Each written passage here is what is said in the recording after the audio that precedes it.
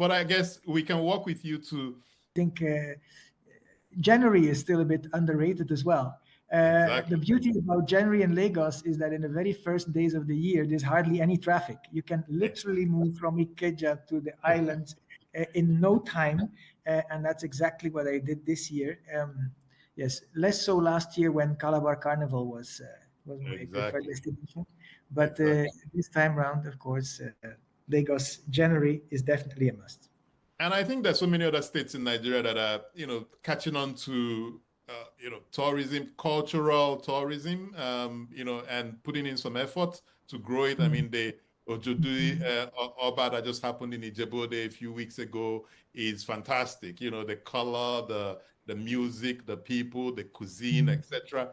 And I think the state government is putting in a lot of effort to elevate it as something on the map for anyone who really wants to experience Africa. Correct. And it's also totally, I'd say, unrecognized yet around the world.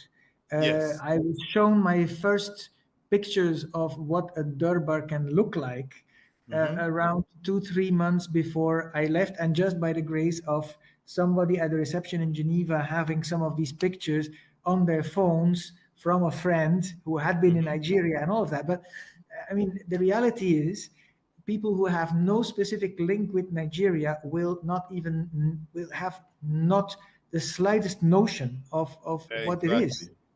Right? Exactly. So, and it's as true for the Durbars as it is for the festivals in the south of the country. So there is much to be discovered. And so, yes, potential is there. You pointed your finger at that. That potential is enormous. I think both for the natural beauty that I already described at the beginning of our talk, but also for the cultural diversity. The sartorial vestimentary, diversity is just is enormous, is breathtaking, and it's totally unknown abroad yet. I think the jury is still out on how much potential Nigerian food has abroad. I wouldn't put my hand in the fire for that. But when it comes to the festivals, it's changed, the food is making great inroads. I mean, there's so many restaurants that popped up in London, that are like real fusion restaurants. Ikoyi comes to mind, that take inspiration from Nigerian food and then create it for the international palate.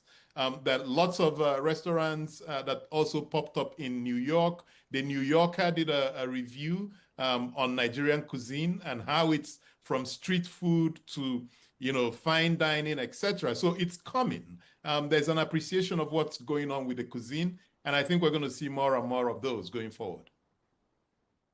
All right, well, that's good to hear. And then, yes, in continental Europe, there's still a long way to go. But if it's been done elsewhere, then it should be possible there too. I also assume that Northern Nigerians may actually show the way, because they usually already soften things a bit for the palate. One of the more pleasant experiences for me and a number of EU colleagues was actually our stay in Sokoto. And also in Katsina, basically, where most of the food would be, say, kind of, yes. Not as spicy as the food you have from the south. Yes, pleasant and enjoyable to us. Yeah. So let's talk a little bit about migration. I mean, it's a topic that is often quite contentious. So how can Belgium and Nigeria collaborate to create legal migration pathways that focus on maybe skills and partnerships for mutual benefit? So really legal migration pathways between the countries. Sure, there's more and more talk about that, and it's also like roughly almost 2 years ago, when I attended Ambassadors' Days in Brussels, was the first time I heard the State Secretary for Migration and Asylum mention legal pathways to that extent. That was at a time when our German and Italian colleagues were already a bit ahead of the curve, I must say, from that point of view. So yes, we of course are all faced with aging societies, with specific needs in the labor market, skilled and sometimes even not so skilled,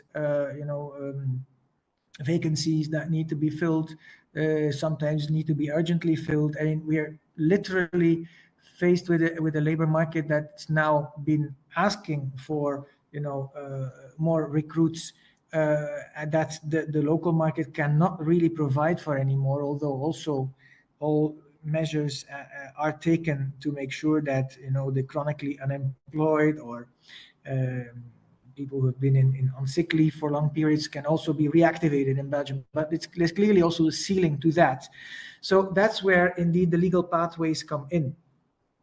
Now, this being said, I always add, because I think it's also fair to say, it's not going to be a panacea for West Africa as a whole, and even less so for Sub-Saharan Africa. Mhm.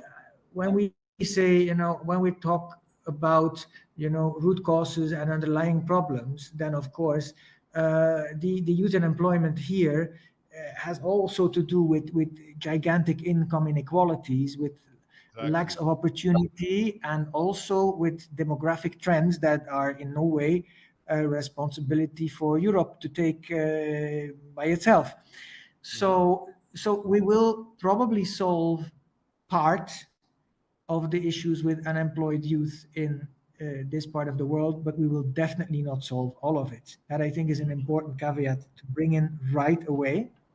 Um, and it is totally making abstraction as to how much, or perhaps how little appetite there would be in specific European countries, depending also on, ideological moods in the country and all of that. So, I mean, Mhm. structurally speaking, there is no way that we could cater for the hundreds of millions of people who would aspire to circular migration.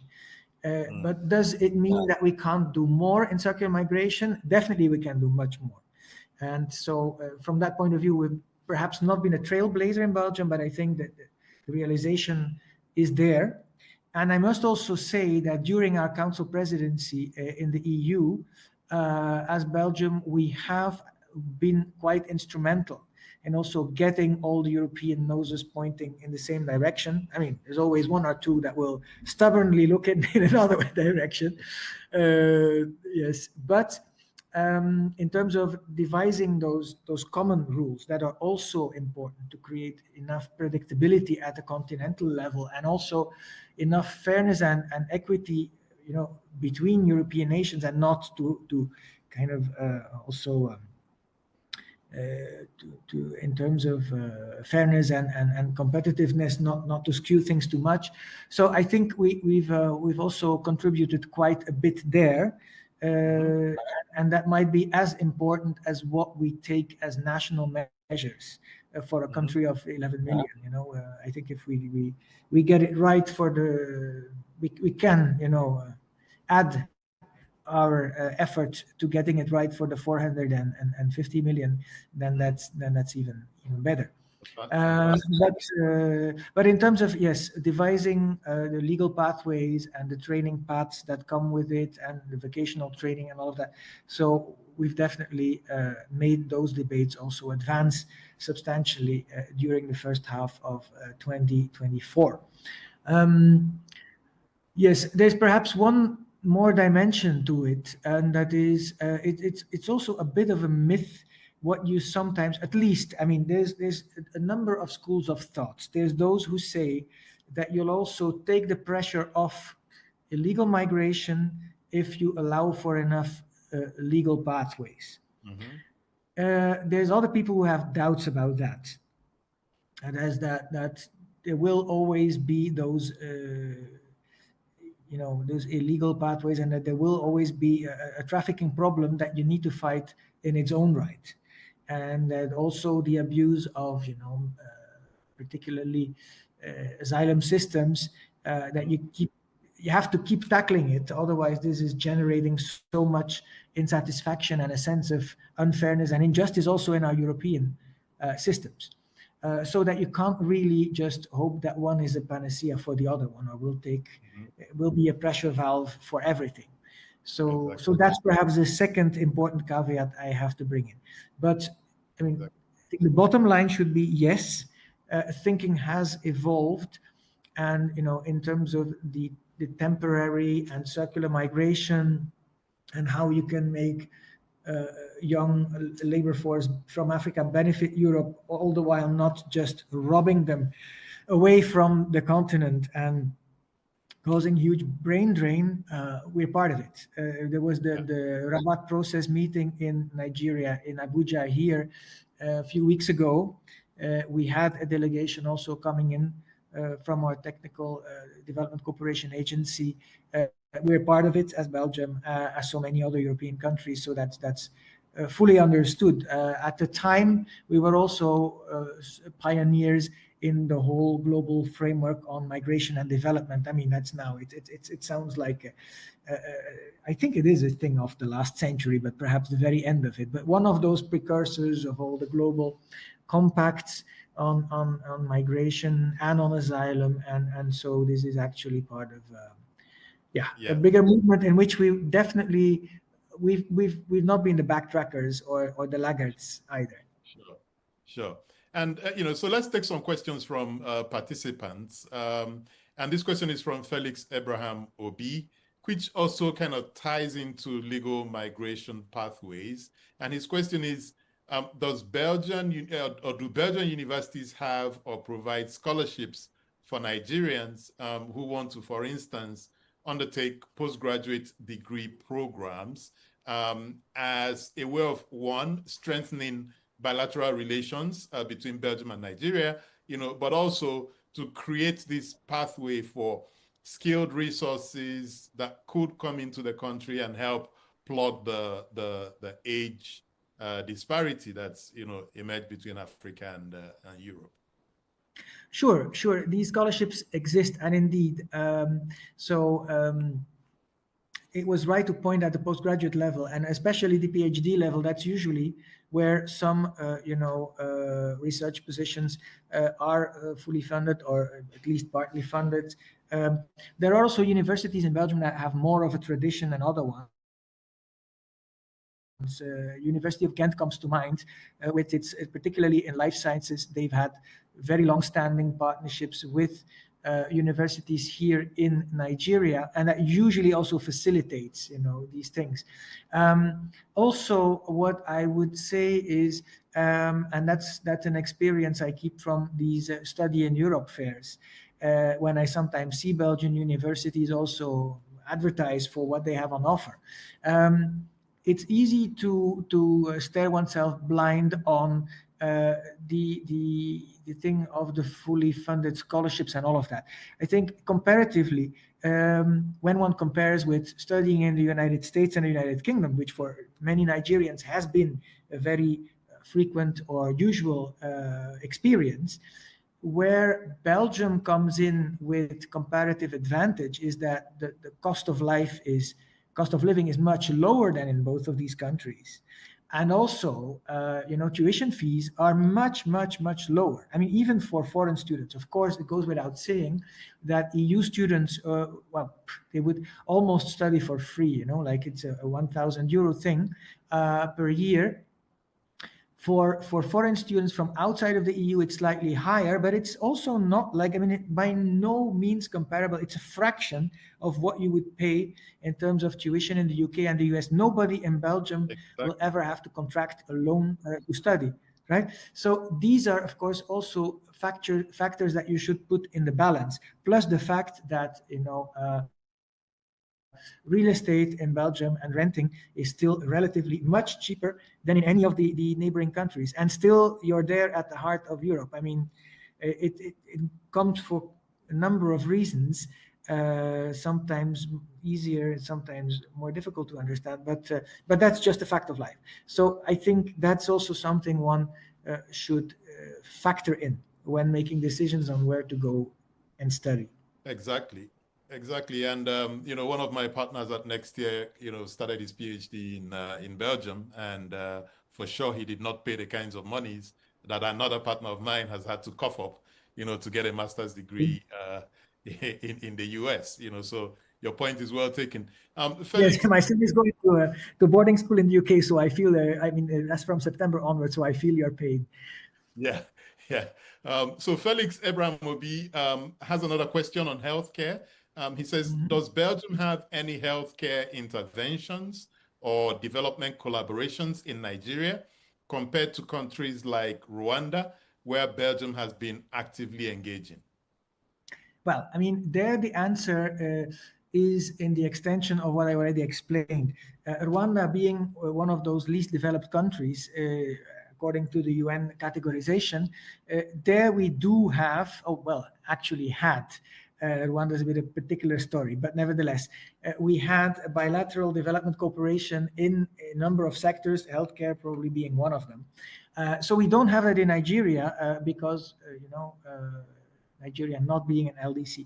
This being said, are we absent from the health sector here? No, we are not. So I referred to that MOU being signed between, did I? No, perhaps I did. Between Minister Ali Pate and a Belgian pharmaceutical firm that is that can produce vaccines locally in African countries.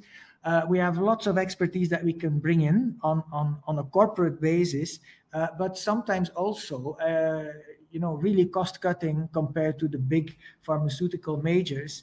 So we have a few disruptive actors there. Also in terms of medical devices that could be distributed from Nigeria and all of that.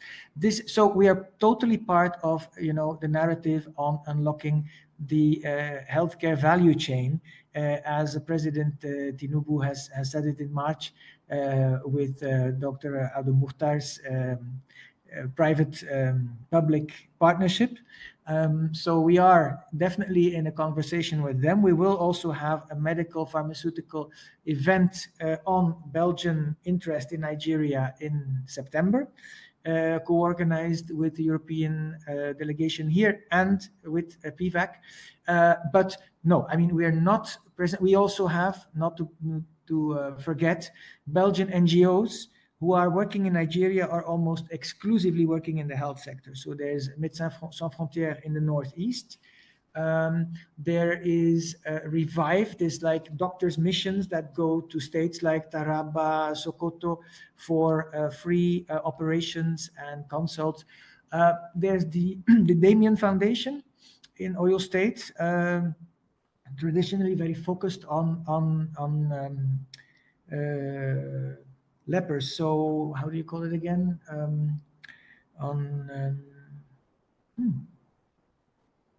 Leprosy. Sorry. Yes.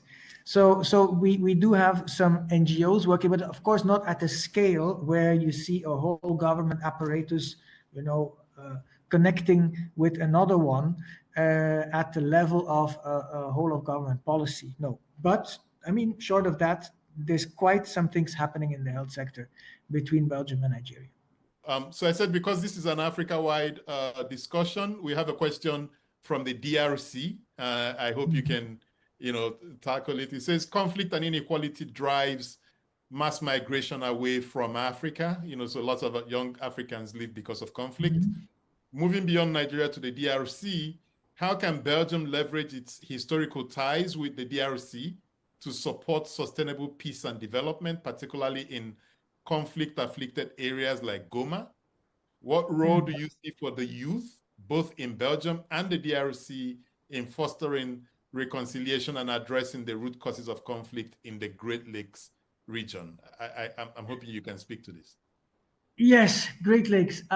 I honestly don't know whether I'm going to say much about it, though, because I've been, as a diplomat during my career, trying to avoid being sent to particularly those places where we have like the benefit of expertise and the burden of the past combined. Let me put it like this. Of course, we are all for territorial integrity of the DRC, and pretty much like you can't have Russia creating some kind of a protectorate in the east of Ukraine, that also holds for the Great Lakes region, right? This being said, you would also expect that 65 years after Congolese independence and 30 years after the start of turmoil in the east of the country, the government would have devised some policies to basically include the East more economically and otherwise in the country, and basically also unlock it and and make it integrally part of the country. And of course, it's a huge country, it's enormous. Infrastructure as it is now doesn't perhaps properly allow for, having a government presence to the same extent everywhere. But let us not kid ourselves or fool ourselves. I mean, a country like Belgium, with its 11 million inhabitants, is not going to right those wrongs, is not going to get the DRC on the rails. That's for the DRC itself to do. We can be a development partner, but and we've always been very supportive for either peacekeeping troops for as long as the DRC themselves wanted to have them to bring stability. We've always been the first ones, asking for more attention at the UN level or at the EU level for all the problems in the Eastern DRC, for extending mandates also, in the Human Rights Council, where I was personally also following Africa resolutions and negotiations, and where I was actually the main negotiator for the EU with the DRC. Although at some point I thought, it shouldn't be also a natural thing that as a diplomat from a former colonial power, you should be an EU main negotiator. So we've actually tried to shuffle things around. At some point, I was the main negotiator for the EU with Mali, which I found to be a bit of a healthier situation, because then you start with, a blank page.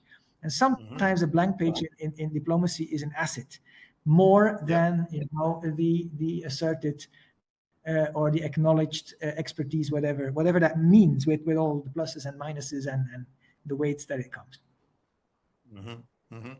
Okay, so I've got two questions from Onyekachuku Ojugo and Umar Dare Baba, kind of related, so I'll combine both of them. And the question is, one of the strong avenues for collaboration between our countries is in the area of agriculture. So can you speak to some of the programs that you have or initiatives you have to support agriculture between, maybe in Nigeria, improving our products to get them, acceptable in Europe and in Belgium? Do you have any of these types of programs that, our participants and people who would listen to this afterwards could take advantage of? Yes, sure. So I mentioned the fight against aflatoxins that the University of Ghent is working with the University of Ibadan and then with Mina and a few other universities where they develop these partnerships. There's also historical partnerships with the International Institute for Tropical Agriculture, and Belgium also continues funding the wider group, the CGIAR group, globally in their endeavors on tropical agriculture. So that's one thing. In terms of programs, well, once again, on the one hand, as a country, we depend a little bit on the savvy and the appetite from our corporate world in Belgium in agriculture. But that's not without saying that we do want to stimulate. So in November, we will have an incoming trade mission in Nigeria that goes to Lagos and to Abuja.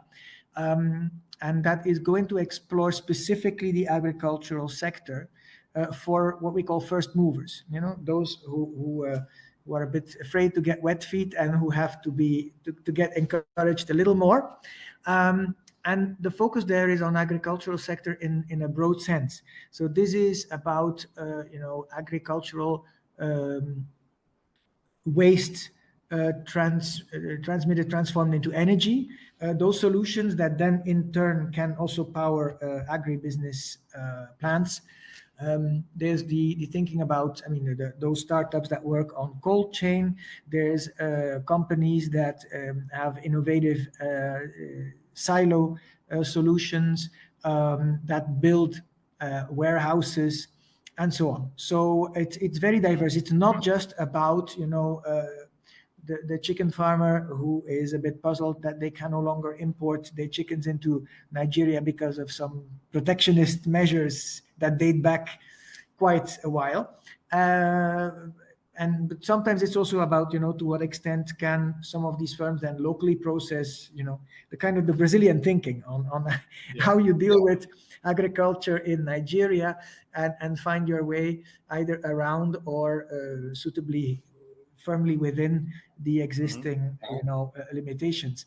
um, so I think that's good news. So it's one the biggest region economically from Belgium has decided that the agricultural sector will be the specific focus for the trade mission in November, and we hope that of course there's going to be many positive spin-offs. It's first week of November. I can even give you those dates. I think first to 1 to 4 November or something like that. So that's something to keep an eye on. Excellent, excellent.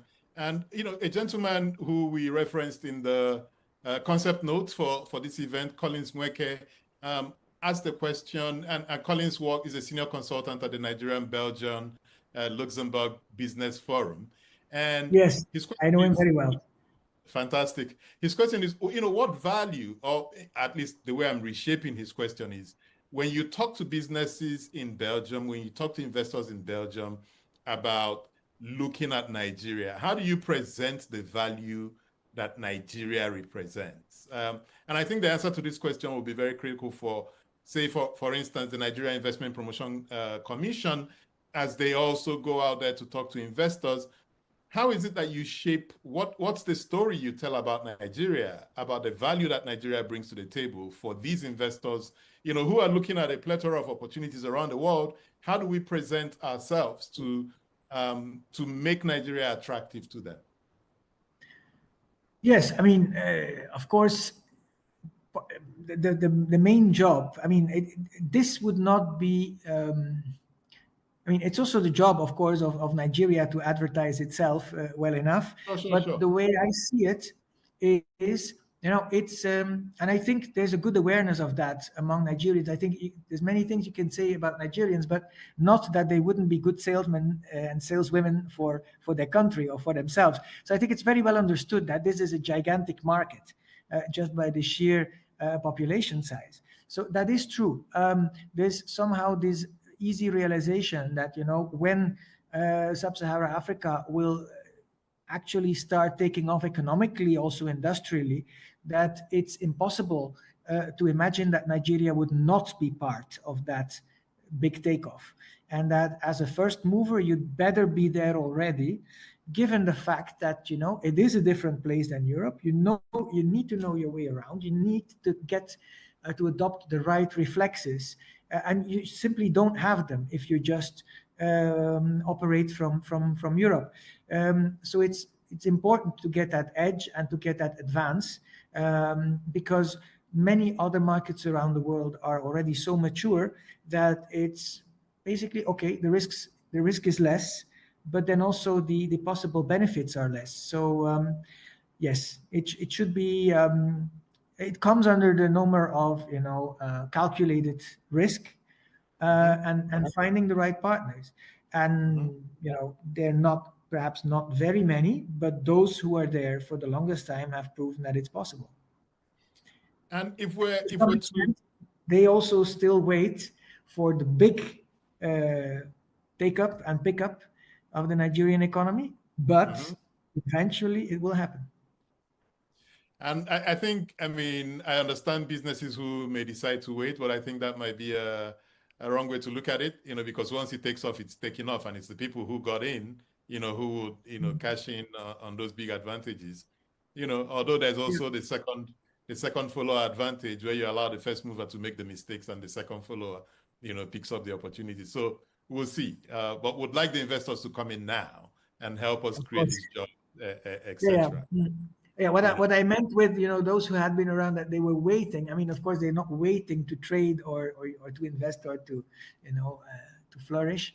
They're Mhm. just probably waiting for that big boom, as we've seen it in Southeast Asia, in other places around the world. And I mean, let's face it, that kind of we haven't seen big African tigers yet. I mean, we've seen it perhaps at the level of Ethiopia and Rwanda for a while. And then Ethiopia, of course, is a bit of a specific story as well, then, because then economically things were working well, but then some other things were again steering in a different direction. So I mean, it's a bumpy ride, but it's probably, I mean, at some point there will be a big takeoff, and from that point of view, yeah, it's better to be there. Exactly, exactly. And as we get closer to the end of this chat, let me look into the future and say, if you and I were to have this conversation, say 5 years from now, you know, what specific accomplishments would you want to celebrate regarding the Nigeria-Belgium partnership? You know, maybe one or two that would like to look back 5 years and say, okay, we've done well in this area. Yeah, I mean, if in 5 years' time you could say there is like a joint venture factory producing messenger RNA Lassa fever vaccines in Nigeria, that would make me incredibly proud. That's one thing. And another one, for instance, yeah, I think, I mean, most of the potential, I think, is whatever way you look at it, is gonna be in the health sector or in the agricultural sector. For agriculture, it's a little harder to think of what shape it could take. You know, we've had these big plantations, but is that now kind of the most cutting edge thing we could produce? Perhaps not. Well, yeah, something about, you know, it would be nice to see how some technological solutions from Belgium, thought out in Belgium, but specifically with the African context in mind, would help African farmers in getting better yields, bigger yields, and also, you know, produce adapted to the to our markets, and perhaps also move up a few steps in the added value scale. The way you mentioned the RNA vaccine, it sounds like it's something that you've been thinking about or something that you've worked on. So if I make those assumptions and say, if we had the president of Nigeria today listening to this chat and you were to speak to him directly, you know, what are the top 3 reasons why we don't have that factory already? And what is it that you would like the president to do to unlock those bottlenecks so that the factory can actually be built? Yes, I mean, it's going to be a matter of first building capacity in terms of even just, you know, the knowledge and the expertise, because as I understand it, it's actually degraded after a few decades, probably also because of brain drain and all of that, and neglect of you know, of the knowledge base and even of the equipment in some institutions. So that is one thing, but I think it's well understood with this government that there is a bit of catch up to do there. But when it comes to actually, I mean, that's perhaps another question, but you know, when meeting the president, what would I ask him now to really get done? I think of the inland waterways, because we haven't really discussed the maritime sector, but you know, that's one of those things where it's so hard to understand why Niger River is not navigable all the way from Port Harcourt to Lokoja. And if you get that done, then you unlock so much, you know, in certain ways, you don't need all those asphalt or concrete roads, whatever the debates for the one or for the other. But you know, waterborne transport is a much overlooked or underfunded, definitely, stratagem here in this country. It could make so many things happen, and even there, it's sometimes also reverting on a situation that was better a few decades ago. We could automatize many things. We could bring in lots of technology also in how to run ports, and that's also where Belgium could come in. But of course, the first thing is that not only your deep sea ports are reachable. Yeah, I mean, I just wanted to give you an opportunity. Maybe there's something you wanted to speak about that I didn't get to, and maybe you can take a minute to speak about it. Let me see. I think we were fairly comprehensive, actually. You got everything I said about the inland ports and that's where it cut off. So if you can take that again, that would be very helpful. Then I have to repeat that. Yes, you know, yeah. It's when it comes to blue economy, maritime affairs, Belgium has a lot of expertise also to offer, both in terms of dredging and in terms of port services of all kinds. But it's a bit hard to understand why some maintenance dredging work has not happened. Why, a big artery like River Niger is just not navigable all the way from the Delta up to Lokoja and beyond. It's one thing to bring all those goods by big carriers in deep sea ports, with maximum berth. But then if they're stranded there and bottlenecked in Lagos and in Onne, then you still don't get where you need. And to a certain extent, the whole discussion on, the concrete roads and the asphalt roads, you can do without it if you make, waterborne transport a big thing. It's also probably more sustainable. It can nowadays also be powered by hydrogen, as the way we've shown with a partnership with Germany, Denmark, and Namibia, that it can perfectly work also in an African context. There's no reason why Nigeria, with its many financiers and with its big financing sources, should not be able to also take advantage of that. So yes, waterborne transport is definitely, and also inland waterways are probably a much overlooked sector. Exactly. And we hear funds are available, but then of course that should actually also mean that they become available in reality. And that seems to be something where also some improvements are possible. That's a great point, and I think we're going to bring it to a close on that point. Ambassador, thank you for this discussion. It's been very, very, very insightful. Thank you very much. Thank you very much for the opportunity. It was a real pleasure. And ladies and gentlemen, that's it for today's episode of Development Discuss. Big ideas, hard questions, real conversations. Until next time, I'm Patrick Okibo. Let's keep building that society we want to live in. Thank you so much, and see you next time. Bye now.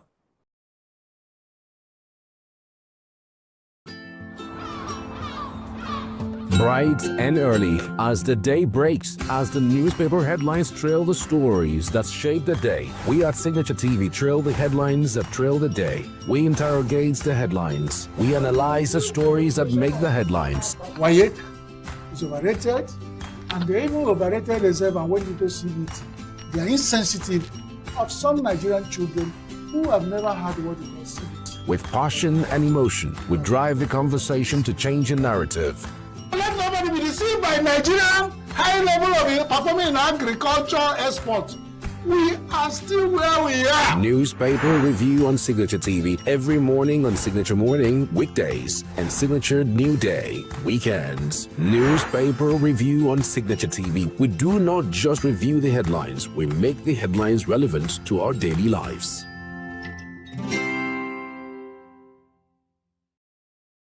I'm impressed, sir. That's my house. You impress me. I mean, coming from the background of journalism, this is what interviews should be like. I mean, back to back. Yeah. You know, when they look good.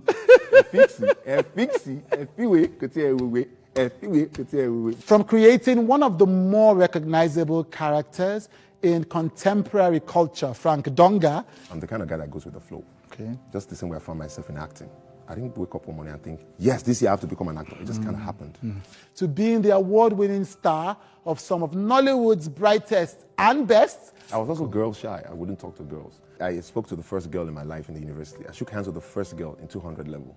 What, you shook hands with the first girl in your life in 200 level? Yes. My guest is a singular voice in the culture, in filmmaking. Don't blab to everyone. Not everybody wants you to succeed. I mean, that's the reality of life. You learn that the hard way if you're not learned it the soft way. And in content creation. The virality or the blowing of a career in content creation is not entirely dependent on how good you are. Sometimes time and chance. Ladies and gentlemen, Kunle Idowu.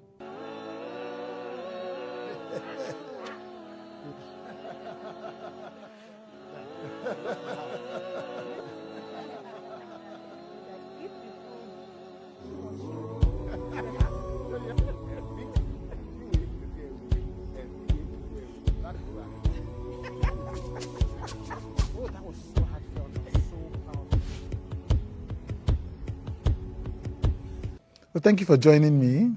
Thank you. I'm going to start with what we're just talking about. It's an expo. You know, people are surprised when you tell them that you are painfully shy. What's the word you use? I said I was pathologically shy. Yes, pathologically shy. People are shocked, yes? Yes, they are. But you can understand why they are. Well, yeah, I can. I mean, growing up, I was so, my shyness, I said pathologically shy because my shyness was almost like a disease. Right. I was so shy, I was almost not talking to my cousins. I couldn't hold a conversation with people. Oh, so even in private you were shy? Oh, yeah. Oh, right. Only very close people would I talk to. People thought I was quiet. Maybe I was gentle, but I wasn't that quiet. I was a talkative, but I would never talk because I was shy. Who are you talkative to then? So I had a couple of friends in my neighborhood.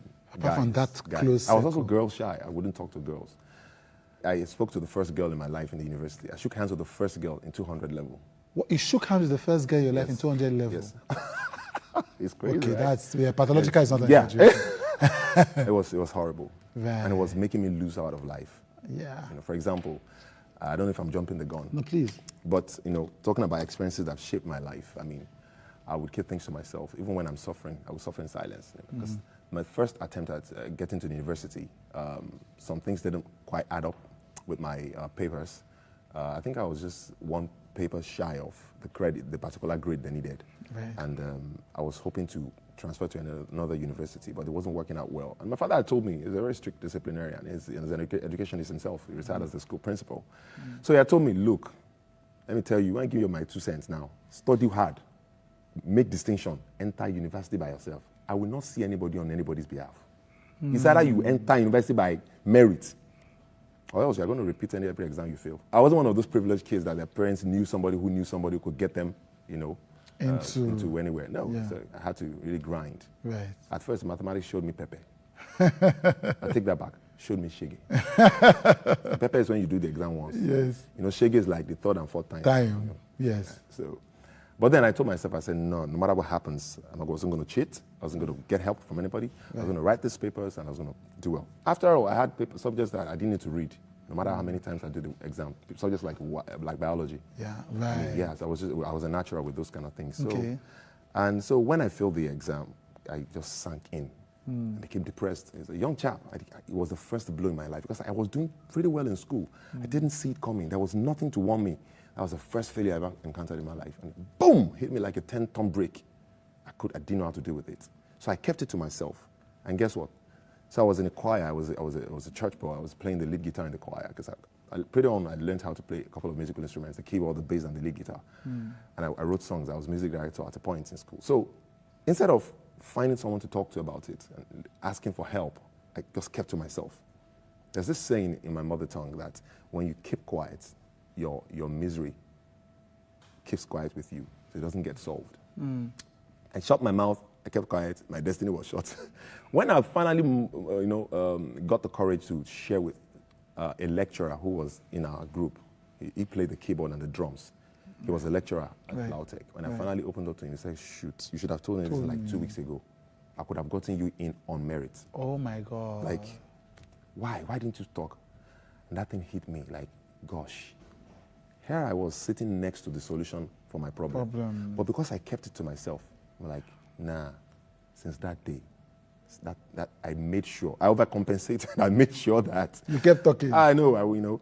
Now there's a little balance you have to put in there. Don't blab to everyone. Not everybody wants you to succeed. That's the reality of life. You learn that the hard way if you've not learned it the soft way. How do you manage, because I'm assuming that there are still traces of the shyness now, even if it's not pathological anymore. No, it's not pathological. Yeah. We dealt with it. So how did you deal with it? So, and this is something I love to talk about, especially when I talk to people who want to overcome stage fright. That thing showed me nonsense. So you had stage fright? Oh my God. I had the whole package now. Yes, everything. Chairman, I said I was pathological. If I had gone to a shrink or therapist, my problem go. Now therapists go, they look me and say, oh, more. This one is serious. Amen. I don't go fit talk to therapists because I go they shy. Right. Okay. Yeah. Yes. Think I'm. You be there and so quiet. How I dealt with it was, I had this friend, Shegon Oke, in school. He's a pastor now. And so I saw him the way he dealt with people. He was a bit of a talker. Very good talker. I admired how he talked. One day he invited me to follow him to the girls' hostels. I'm like, Me, ke? Like. So he said, what's the problem? He said, look, I said, I don't make friends. I don't know how to make friends. I don't know how to talk to people, strangers. I don't know how. He said, they're just like everybody else. Just find something they like that you like and start talking. So I followed him. I saw he was talking to people and they're like, this guy is good. Okay, so I looked at it. Then I tried talking to the first person. I found a common ground. That's my 101, tip of starting a conversation with perfect strangers.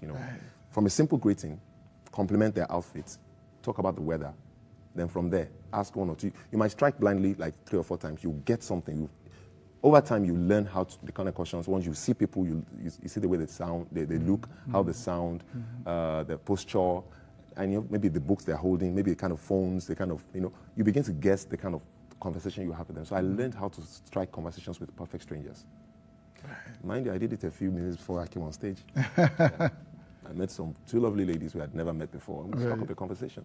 I just picked up from the footwear, and we started talking. So it's something I do often. Yes, constantly having to practice, because you know that it's not your instinctive approach, so you have to keep rehearsing. Yes, and then you have to also be vast in different subjects. Sometimes politics, music, art, science, sports, philosophy. Read a little bit about everything. It's better than reading everything about one thing. A little thing. It's better. Then stage fright. It was a simple technique my dad taught me. Okay. Just stand, because I used to do debates in primary school. Okay. So I would stand on the stage like this, and it told me, don't look at anybody's face. Look above their heads. Very common technique. So I will speak. If I'm looking at you, I'm not looking into your eyes, because then I will probably stutter, and then I'll lose concentration. So I will speak over their heads. Your first thing was music, wasn't it? Weirdly enough, yes, it was. Yeah. When did that start? From when I was a child, from when I was in primary school, primary 2. Music, it's a tool I use to express myself, just like my art form in comedy. And when I write, also when I write and do short films, and I do documentaries, and it's an expression for me. So it's me expressing my being. So that's more of it for me. I really would love to take the music a little bit more serious and do collaborations with a few Nigerian musicians. There are a few of them I actually like. They are satirical twist on music, kind of like that. So why haven't you done? Well, work in progress. Work in progress. Yeah. Speaking about the question about what you do, what you studied in university, and like you like to do everything. A few years ago, you and Helen Paul did a show, a TV show, that was based, I think you did agricultural sciences. But I studied in school? Yes. Yeah, I have a bachelor's degree in agricultural sciences. Bachelor's degree. Then I have a master's degree in genetics. Oh, you have a master's degree in genetics? I didn't know that one. Even I didn't know it until. So then you did this TV hosting thing because first you're creative, and second you had this background. Was that because it was a farming or? Yeah, it was about farms. Yeah. How was that? What was that like? Fantastic. I mean, we've done 3 seasons already. Yeah. It was a bit of an experience. I appreciate getting in touch with my scientific mind. It doesn't really leave me. Every now and then, even on Twitter, I hold Twitter space to discuss problems in agriculture in West Africa. Right. And I see people coming in from South Africa, from Senegal, from Kenya, from Ghana, and I see representatives of government agricultural institutions from Sudan joining the Twitter space. It's really, humbling. And we discuss real problems in Nigeria, Nigerian agriculture, in agribusiness, and I see people coming up with innovations, ideas, problems, and solutions. It's really an amazing thing. I really love agriculture. I think one of the stuff of legend is, you've told the story hundreds of times, but we ask it again. One stuff of legends is how you stumbled into... First of all, you were part of the Ndani Mafia. Oh, yes. Oh, Mafia. Yes. Why are you getting that? We're calling it the Ndani Mafia. So many of you, yourself, Abimbola Craig, Ayola, Daniel F. Young, Jadi Oshiberu, Mohammed Atta, yes, there's so... Kago, yeah. Fantastic days. Yeah. It's a fantastic day. Even DME too. Oh yeah, Demi was a friend of the house. It was, yes, coming in, going out. You know your stuff, bros. Or not so very. You know well, also Red Media, which is a company I run, also did PR for Ndani for a bit. So, but also Ndani it's just a beautiful story of origins. Yeah. And so you were working behind the scenes, weren't you? Oh yes. Yes. What were you doing? So at first it was. Mohammed Atta, fantastic cinematographer. Yeah, incredible. Yeah, so he was the first person to be hired full-time to work for Ndani. Because I had my production company, I was running my production. You already had your production company? Oh yeah, up to now. That's what I did. Yes, I know you have one now, but that time you already had I already had it. It's been there way before then. Don't forget, before then I was a journalist. I worked as a journalist. Yes, we're going to talk about that. So, I was brought in to join Mo. Mo was a cinematographer, motion graphic artist, 3D animator, and all that stuff. Yeah. I did a little bit of all that too, but I focused more on editing. So I was brought in to do the edits, and that was after me, Femi Bangbeton joined, and then a few other gentlemen joined. So while creating most of those videos, you know, I was involved in almost every single shoot for the first year, every single video. Shot tons and tons of video. We edited tons and tons. If I'm not wrong, I think I must have edited about 30 out of the first 100 videos. Really? Amazing times. Yeah. I mean, amazing team. Fantastic. Amazing team. Yes, I heard. So you were doing that behind the scenes, and then one day, was there an idea that led to the interview? Yeah, so before then, like I told you from school, I would always, you know, I was a bit of an eccentric, you know, I was doing impressions of my lecturers. That comedy thing had always been there. So I was always doing that on the side, you know. So my friends, even for my friends in the journalism part of me, Network 24, I was working with, I was an assignment editor and news anchor. In the office, they always knew me, this crazy guy was coming up with funny things, people always laughing. So that had been there. You know, I hosted parties, I was always doing, you know, MCs at parties and all that. So that persona had been there, which was inspired by my mom and my dad. My dad's sarcasm is out of this world. Ah, right. If you know anything about Ibadan people, their mouth is bad. Well, you say that. I say they have sarcasm. So I grew up with heavy sarcasm. You know, my childhood, I knew how to, you know, use words to defend and to attack. Sort of. I'm a nice guy. Yes, that's fine. So that was in the blood. It was in the family. I kind of had that. So I would always do stuff like that. So this idea came to me, and at the same time, I was also freelancing as a promos producer at TV Continental. So I had a job at TV Continental. I was, you know, doing promos producer. So people I met in that period, and stories I heard from my friends, and the experience I heard from journalism, the experience I had from being a journalist about the unemployability of Nigerian youths, triggered that whole movement in me. Because I realized for the first time that, look, not only were Nigerian youths unemployed, HR people were saying they were unemployable because they didn't have the right skill, they couldn't impress at interviews. And I found out it was mostly people didn't put their best foot forward at job interviews. Now, I had a few experience with visa interviews too, and I knew that was a killer for a lot of people. People dreaded visa interviews. Of course. And I always tell these stories to my friends, you know, that look, I would tell them these random stories and they would roll on the floor, like practically roll on the floor. So there was this day, I had done some work at TV Continental. I was coming to Ndani to do some more freelancing. And then I was telling my Femi Bangweta and Mohammed Atta, I was telling them the story. Boys were on the floor, rolling, like practically, I'm not even joking, they were on the floor. Like, dude, let's record this thing. You know, I was going to want my camera, I also had my gear, my car. I said, let's record this. I said, this thing is funny. Do you think it's that funny? Let's record it. You know, we might find this for it.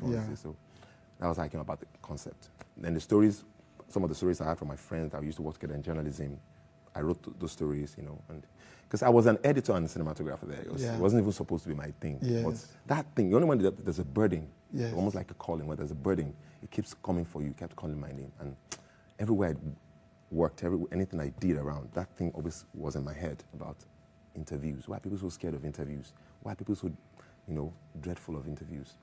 Once you learn the tricks, any kind of interview, you ace it. Even if you don't prepare for it. After a while, interviews like this, embassy, jobs, meeting your father-in-law for the first time, they're all interviews. And I felt I found the trick, and I wanted to share it. So when you finished producing it, then you took it to the head of the production or the... Oh, okay. So I just said, guys, let's just shoot this thing. And we did it. And they kind of liked it. I'm like, okay, I'm going to do more of it. I wasn't quite sure what I wanted to do with it. Maybe I'll put it on my personal YouTube page. Also, at that time, you were not sure whether it's going to be an Ndani thing. No, it wasn't supposed to be. We just did it. But I record videos for a living. Yes, I know. It was something I did often. So, and I was just talking to my friends. We're having fun. We're chatting, and I said a few things, and they laughed. I said, let's just do something. Then I edited, and I was like, they said they like it, and I said, okay, well, you know what? Let me do more, and then let's see if we can put it on the channel. You know, and see if it's going to work. I will pass it up and see if they like it. And that was how it started. And and then I showed the rest of the team, and I kind of liked it. And somehow, which is another long story, because at the point I wasn't quite sure. Is it going to be like a content thing? Are we going to content? I just did like 2 more. I said, you know what, you guys, if you want to upload this, I'm willing to give it up to, I mean, because I felt at that point that we needed something comedic as a content. We did a lot of fantastic, beautiful content. We had a young CEO. We had Ndani sessions. We had the tech one as well. Yeah, the tech one. Yeah, it was a whole lot of fantastic. So I just felt we needed to let our hair down a little bit and just a little bit of. We needed to put a little touch of Raz. And I was willing to be that Raz. I said, you know what? I think this is a fantastic idea. If you guys don't mind, I can give you to put it on and then later in the year, I think there was a reason for it to be put on. Fingers crossed. And then the second one, I think it was Bella Niger that picked up the second one. Then you used to embed links from different videos. From the YouTube, yes. And then it went kabonza. Yeah. It was boom. Were you shocked at how it went? I didn't even know anything had blown. So I took it. I was really stressed at work. So I took some time off work. I took vacation to Dubai. I was in Dubai in my room with AC there, just doing nothing but just sitting down in the room and looking.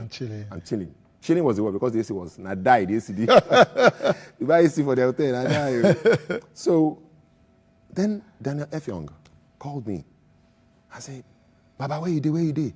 When are you coming back? I said, guy, calm down. I just got Allow me to enjoy myself. He said, no, that video that you did, the video has gone viral. Then I said, viral? That doesn't sound like a good thing. It sounds like a disease. He said, no, it's not a disease. I said, what does that mean? I had never heard viral before in my life. That was everything I said it, And he said, no, like when everybody's watching it at the same time and everybody's sharing it, that's like viral. He said, go check it on YouTube. You'll see it go from 1,000 to 2,000 views, 3,000 views, like very quickly. I said, okay, hold on. Opened my Mac, went to the channel, watched it, and refreshed. Every time I refreshed, the views were crazy. Yeah. I was like, who is watching this thing? Then I started tracing, and I figured out that, a blog had, linked it, and there was this tons of comments. Lots of comments. And people are saying, oh my God. The arguments in the comment section. Oh my God. You can see that this guy is slow. Why did they release the CCTV footage? It was just a job interview. Nobody should be treated like this. Or like, what? It's a comedy thing. I wrote it and shot it with my friends. It's not that deep. Yeah. Apparently, some people didn't know it wasn't real. Yeah, they didn't know. That was how it started. Then I went back to Nigeria after a few days, and then we shot more. And then we kept shooting more. And that was how it started. And then I started getting calls from movie producers. Is this so-and-so person? I said, yes. We need you on set. So I said, what? I'm not. I remember telling one music producer I wasn't an actor. And she went quiet for a few minutes. I said, hello. She said, I'm still here. I'm just trying to take in what you just said. Yeah. Did you see that content that you did? I said, yes, I did. I wrote it. And I edited it, actually. What do you mean you're not an actor? Yeah. Because I had it in my head I was going to be a filmmaker, I was going to be a director, a producer. That was my mission. I was making documentary films for different clients at that time because I told you I ran a production company, which I still run up to now. So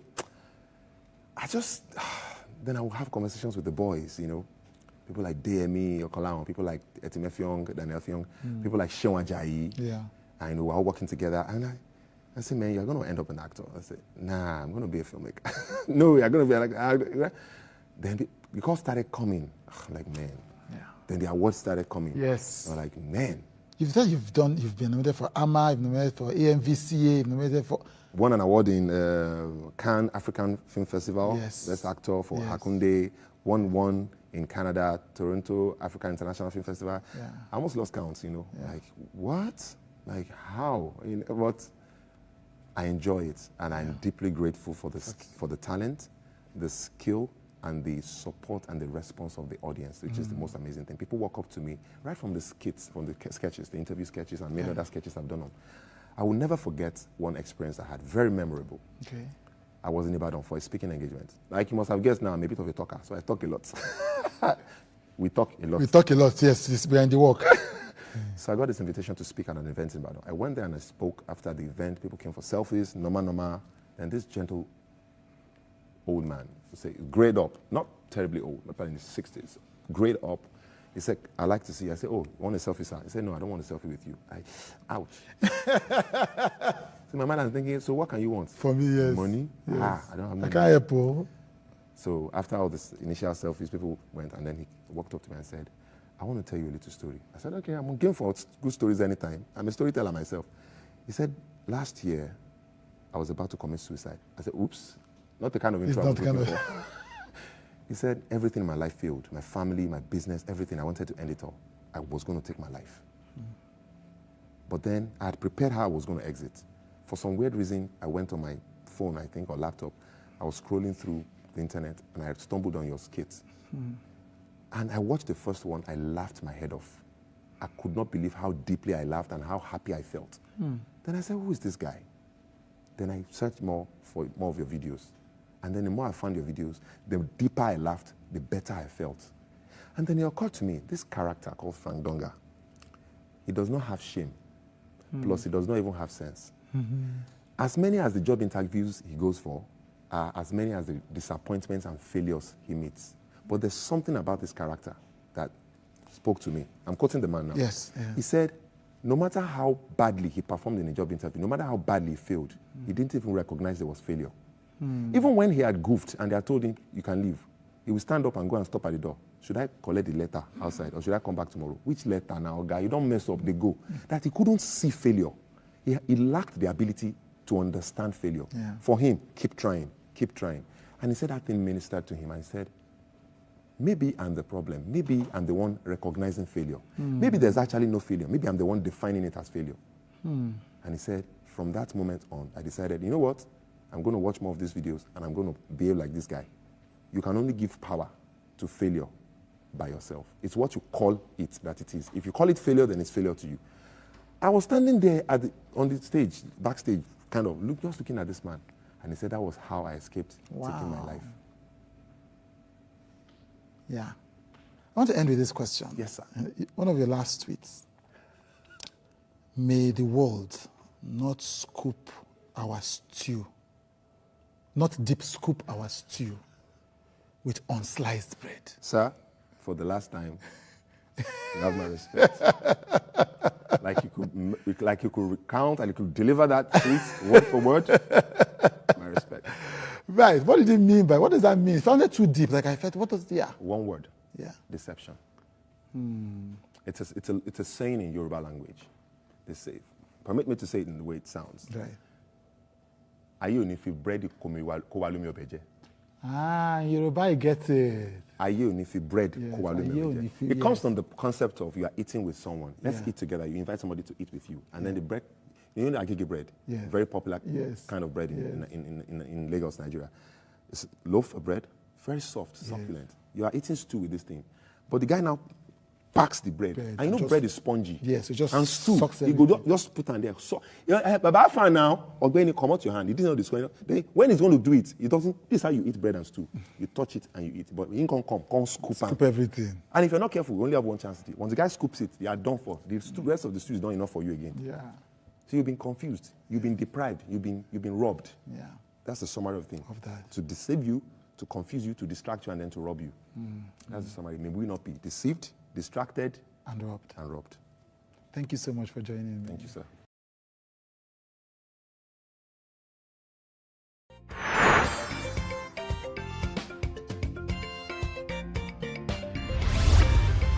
Signature TV. News in your pocket.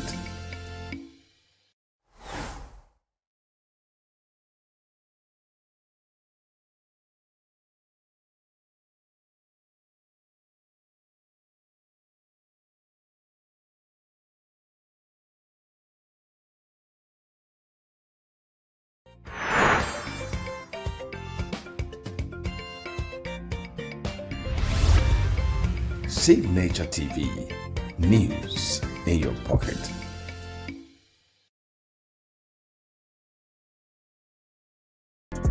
Get plugged into the heartbeat of entertainment on The Hub, your ultimate show on eVibes.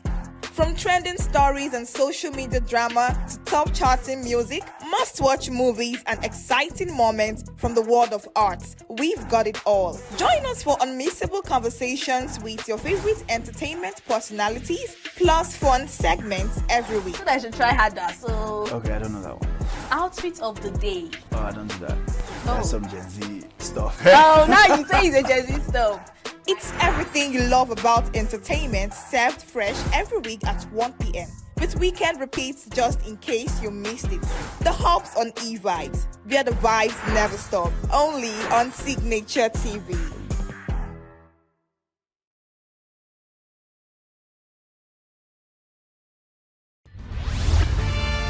We are local. International communities observe Right, the main market is in chaos. People are... We are national. Those in support of this motion as amended say aye. We have taken the move by the ball. We are international. Israeli airstrikes. Donald Trump left us the worst unemployment.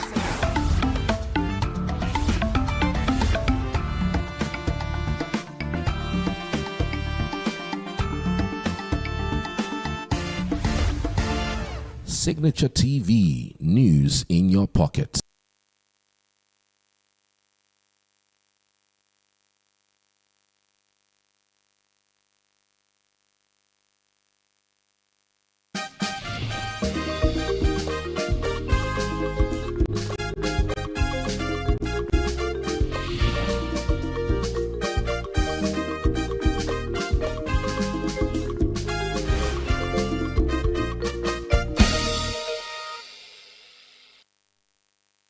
Welcome to Global News on Signature TV. I am Barry Kumo Ado. In the headlines, manpower gives reason for power outage in parts of ENUGU metropolis. Peter Obi opens up on why he left ADC for NDC with Kwakwanso. Floods and landslides kill at least 18 in Kenya. A NATO chief says Europeans have gotten the message from Trump on defense. Details in a moment. Every second, every minute, every day, news is breaking, events occur, and there are new developments. At Signature TV, we follow these stories objectively, bringing all sides without bias, explaining the complex issues, breaking down the numbers, and investigating the issues behind the news. Anywhere and everywhere, near or far, wherever the news is, we will be there. Signature TV. News in your pocket. The Main Power Electricity Distribution Limited says a current power outage in parts of ENUGU metropolis is caused by heavy rainfall and strong winds experienced on Sunday afternoon.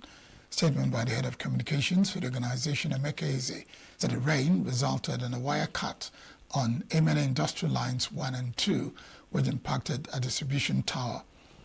This is a disrupted supply to several 33 kV feeders within the Transmission Company of Nigeria switch yard at a New Haven station, with affected feeders including Transekulu, Thinkers Corner, Ichukwuozala and Ugogo 33 kVA lines.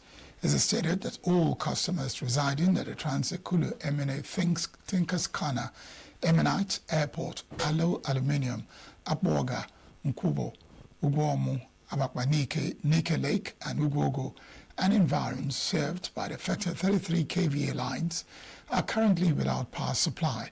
It is closed that the technical team is working diligently to rectify the fault and restore electricity supply to the affected areas as quickly as possible. Persons suspected to be political thugs on Monday stormed the Nigerian Democratic Congress State Congress in Enugu, temporarily halting proceedings in a bid to seize control of a party structure. Party faithful had converged in large numbers at the Aborigine Hall in Enugu metropolis for the State Congress, which is part of a nationwide exercise rolled out simultaneously across all 36 states and the Federal Capital Territory. Chaos erupted when a motion for the dissolution of a Protem State Working Committee was moved as some intruders stormed the hall, tearing down banners and forcing an immediate evacuation of all attendees. Sources at the venue alleged that individuals who reportedly joined the party on Sunday following the entry of Peter Obi into the party are attempting to hijack the state political machinery. Congress, however, resumed later on a consensus arrangement producing a new leadership with John Paulani, former Special Assistant in Youth Affairs to ex-Governor Ifeanyi Ugwuanyi, emerging as a new state chairman.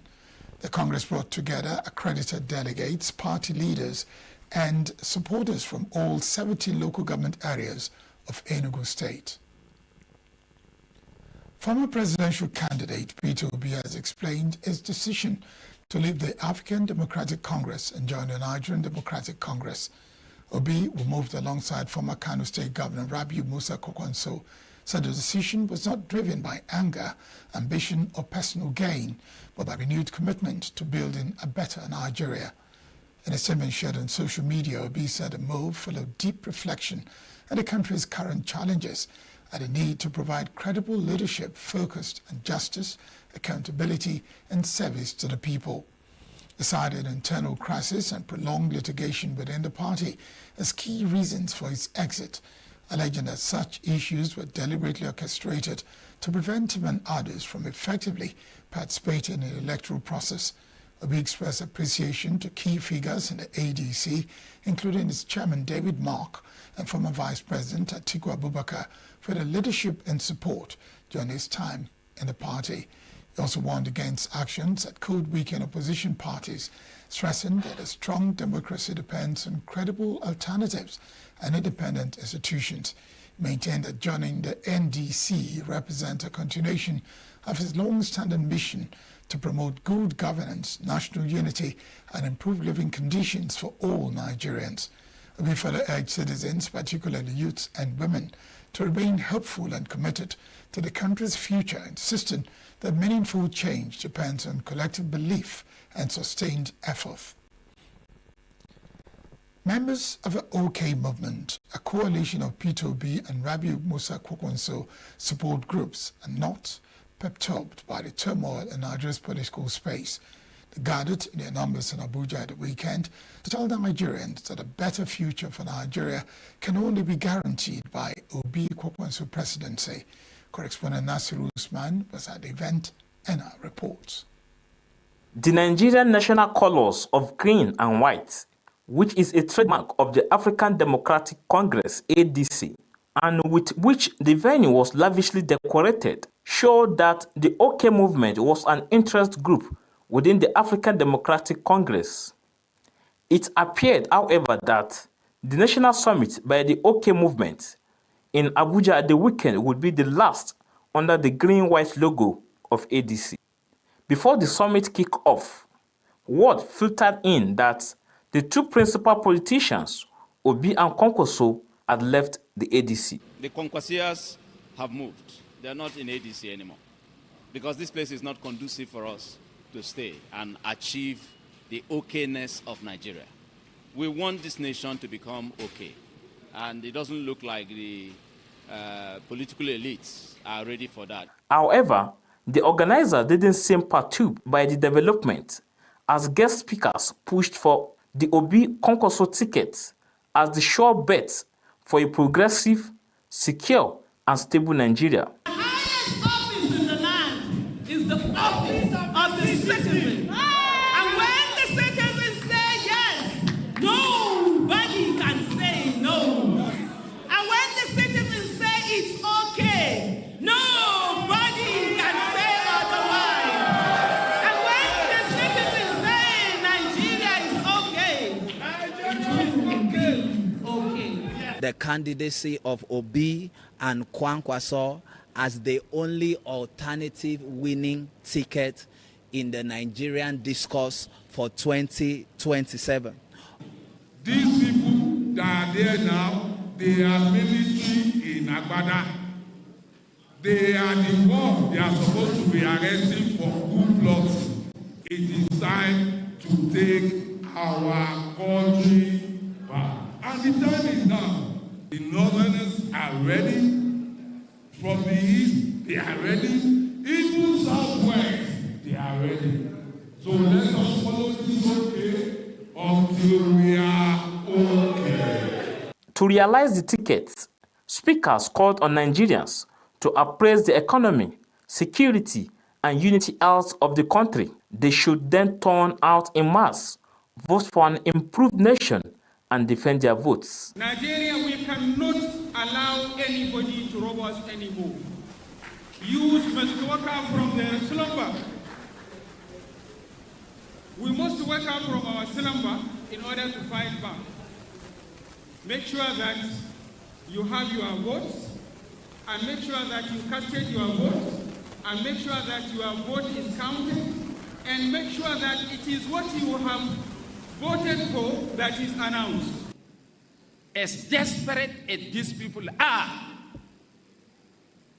they may even start to kill or assassinate some of our leaders. Put it on record that I said so. If anything happens to any of our leaders from ward, local government, state, and national. Please don't wait for any explanation. Just accuse them, because in their desperation, there is nothing they cannot do. Somebody collected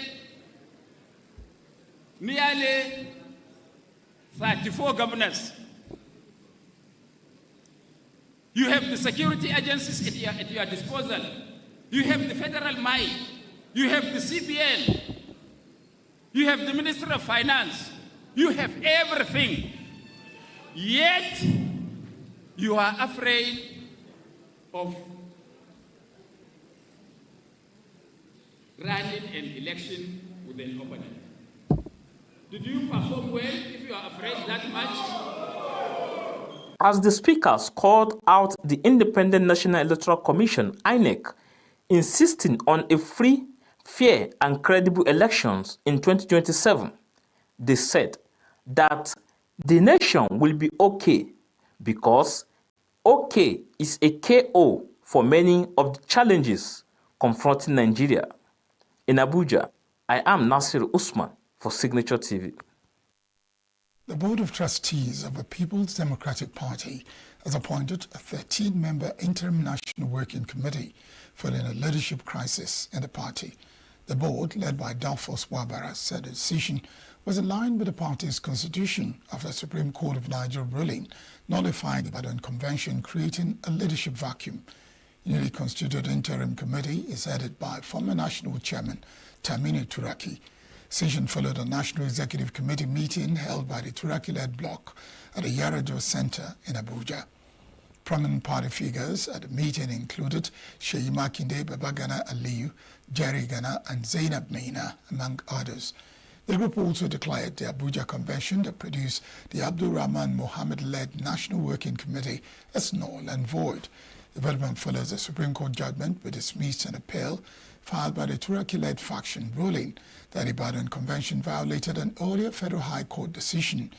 Meanwhile, the Minister of the Federal Capital Territory, Nyesom Wike, has insisted that the ruling has ended factional divisions within the party, maintaining that there is now only one recognized PDP leadership. The federal government of Nigeria has begun arrangements to evacuate 8 citizens from South Africa amid rising anti-foreign tensions. Minister of Foreign Affairs Bianca Odumegwu-Ojukwu says at least 130 Nigerians have already registered for voluntary repatriation flights, with more expected to join. She said the move follows renewed protests and xenophobic rhetoric in cities such as Pretoria and Johannesburg, where demonstrators have blamed foreigners for economic challenges and insecurity. According to the minister, President Tinubu has directed that the safety of Nigerians abroad be prioritized, with diplomatic missions working to compile details of those seeking to return home. Odumegwu-Ojukwu also confirmed the deaths of 2 Nigerians in separate incidents involving security personnel, describing the cases as unacceptable and calling for justice. She said Nigerian authorities are closely monitoring the situation, especially as more protests are expected between May 4 and 8. The federal government has also summoned South Africa's High Commissioner, while diplomatic engagements continue to ensure the protection of Nigerian citizens and their businesses. Officials say both countries are exploring measures including early warning mechanisms to curb recurring xenophobic tensions and safeguard foreign nationals. Nigeria National Petroleum Company Limited has reported a profit after tax of 276 billion naira for March 2026, more than doubling its earnings from February. According to the company's latest monthly report, revenue rose to 2.77 trillion naira, representing a 3.5% increase month on month, driven largely by improved gas production and professional efficiency. Crude oil and condensate output stood at 1.56 million barrels per day, while gas production surged to 7,731 million standard cubic feet per day, the highest level recorded in the past 12 months. NNPC attributed the improved performance to enhanced operations, particularly the early completion of maintenance work on offshore assets, including OML 118 Bonga facility.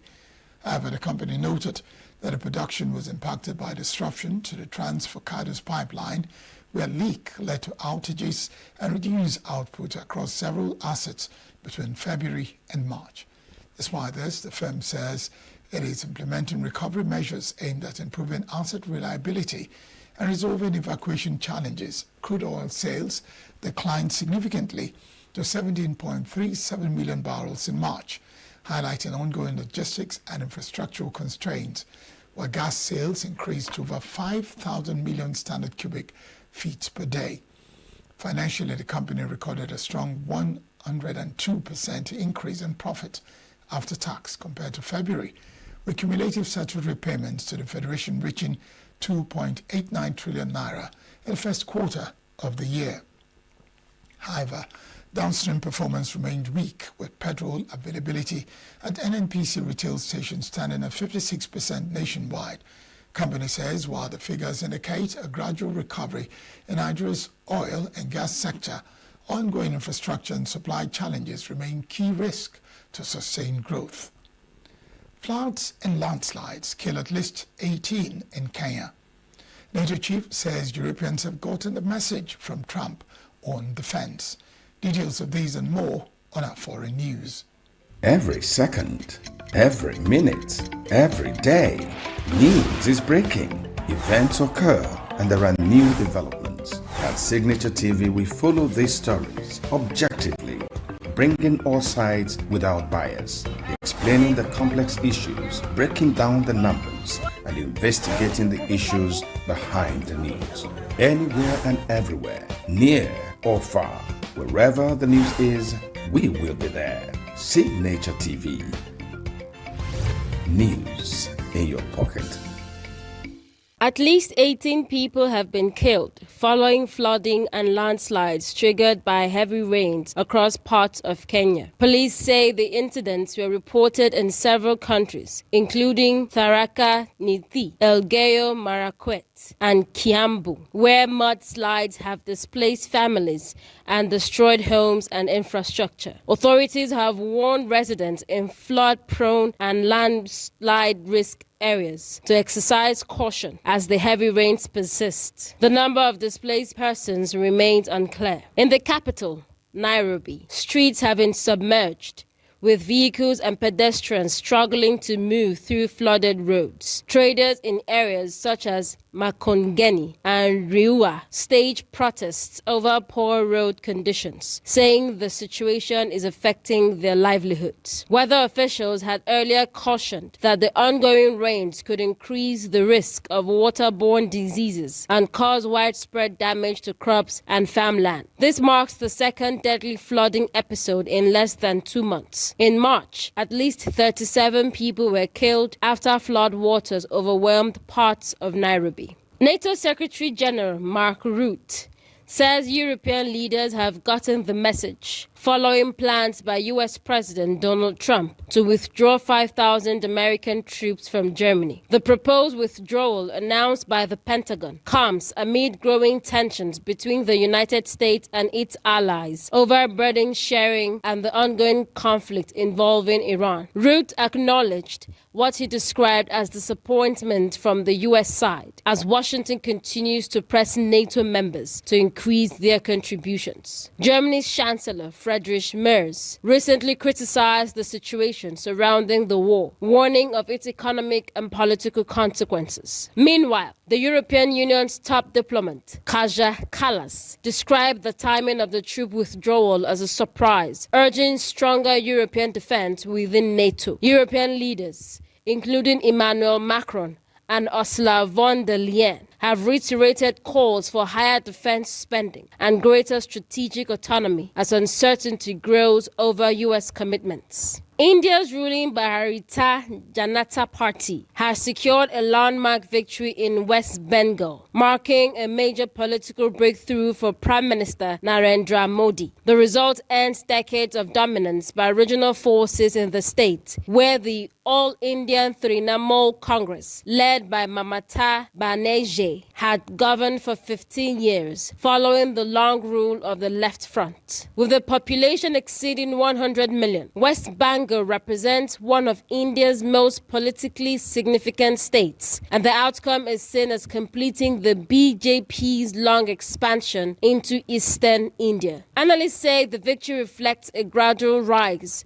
rather than a sudden shift, with the BJP steadily increasing its vote share over multiple election cycles before crossing the decisive threshold in this poll. 3 people have died following a suspected hantavirus outbreak aboard a cruise ship in the Atlantic Ocean. The World Health Organization confirmed 1 case and 5 suspected infections on the MV Hondios, operated by Oceanwide Expeditions. The vessel had been traveling from Eurasia to Cape Verde. Authorities say the victims include a Dutch couple aged 69 and 70, while a 3rd Dutch national also died. A 69-year-old British passenger is currently in intensive care in Johannesburg after reportedly contracting the virus. Hantavirus, a rare but serious illness transmitted mainly through contact with infected rodents, can cause severe respiratory complications. A Ukrainian drone has struck a residential high-rise in Moscow, causing visible damage, but no reported casualties. Authorities say the attack occurred in the early hours of Monday, marking the 3rd consecutive night of drone strikes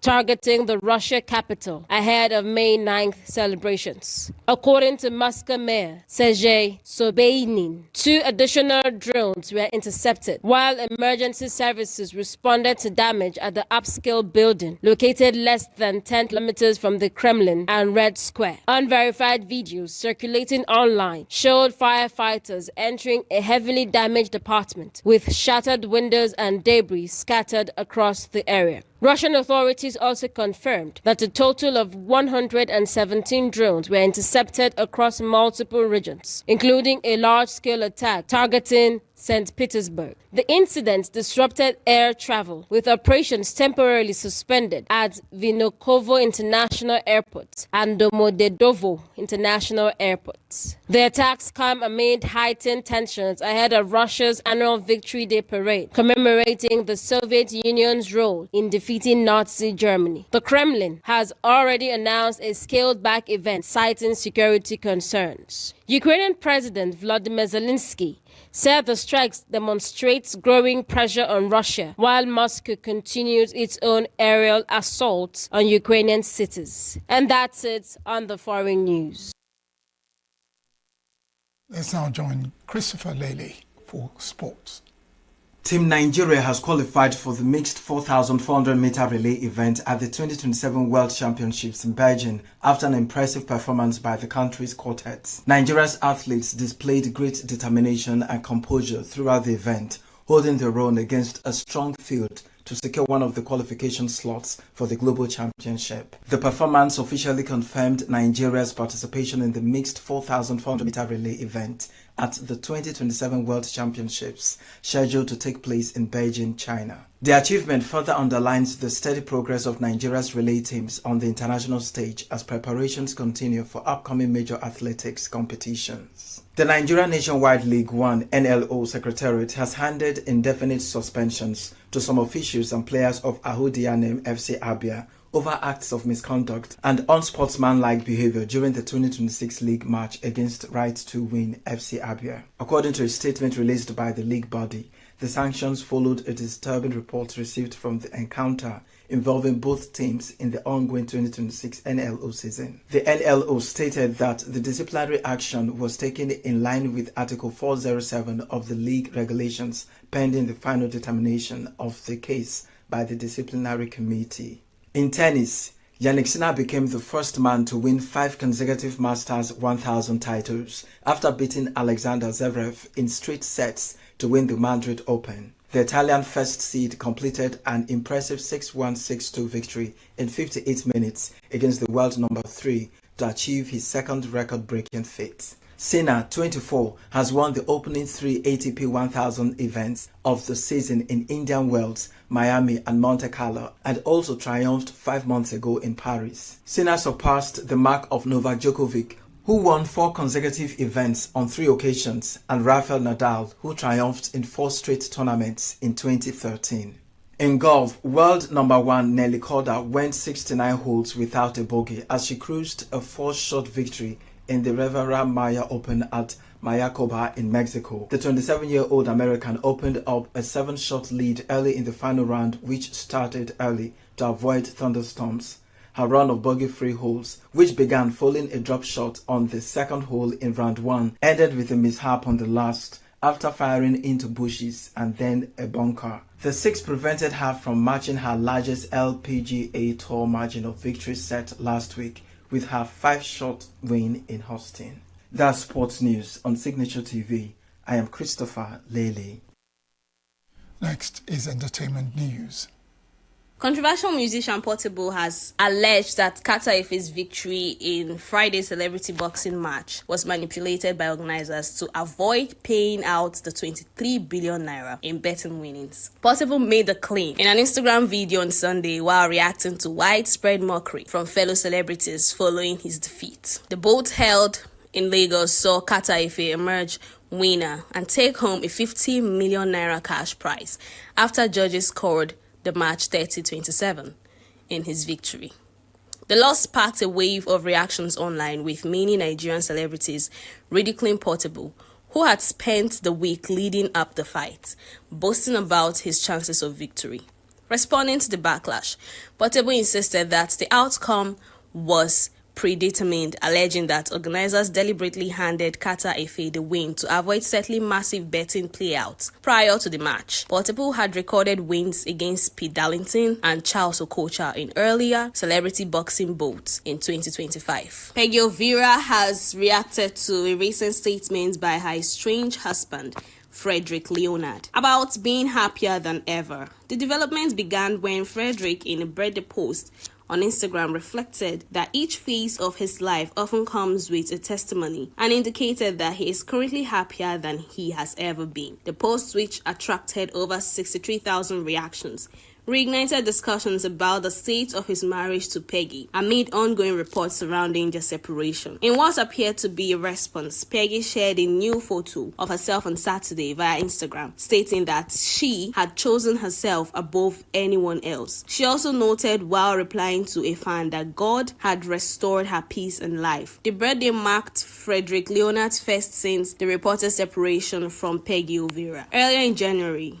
the actress had removed his name from her social media profile, further fueling speculation about the status of their relationship. Popular Nigerian content creator Shank Comics has stirred reactions online after opening up about a personal clash with his mother over tattoos. The revelation came in a recent viral video shared on his social platform, where he recounted the moment he tattooed his mother's name, Oloruremi, on his arm. According to him, what he expected to be an emotional gesture quickly turned tense, as his mother reacted by crying and referencing the Bible. He explained that the mother strongly opposed the tattoo, citing religious belief, and questioned why he would inscribe her name without her approval, urging him not to repeat it. The content creator used the experience to advise young people facing similar disagreements with their parents, emphasizing the importance of independence when making personal decisions that may not align with family expectations. He also unveiled a new tattoo on his back bearing an inscription, Leeds Gang, further fueling reactions among fans. The development has sparked mixed response on social media, with some users supporting his stance on personal expression, while others sided with his mother, citing cultural and religious concerns about body markings. The conversation continued to reflect the broader tension between traditional beliefs and evolving youth culture in Nigeria's entertainment space. That's the entertainment news. Queeneth Wokonta's Signature TV News.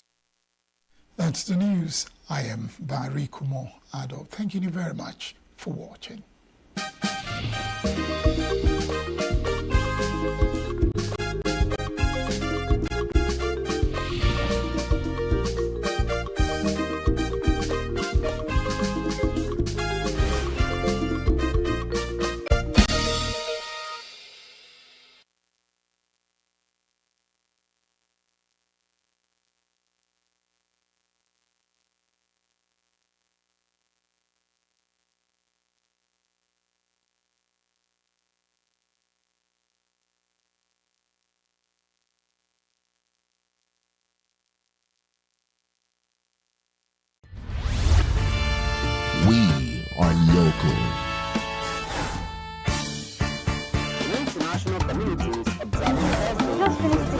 Operate market is in chaos.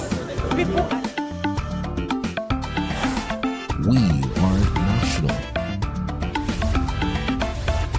Those in support of this motion as amended, say aye. Aye. We have taken the vote by default. We are international.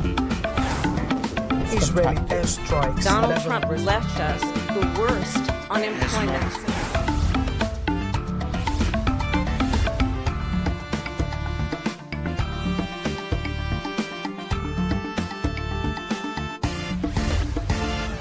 Signature TV, news in your pocket. Voter apathy and vote buying have continued to cast a shadow over Nigeria's elections. Despite ongoing reforms and advocacy by civil society groups, the continued low voter participation and the monetization of the electoral process, which again manifested in the last Saturday's governorship election in Anambra State, have raised questions about the strength of the nation's democracy and citizens' confidence in the system.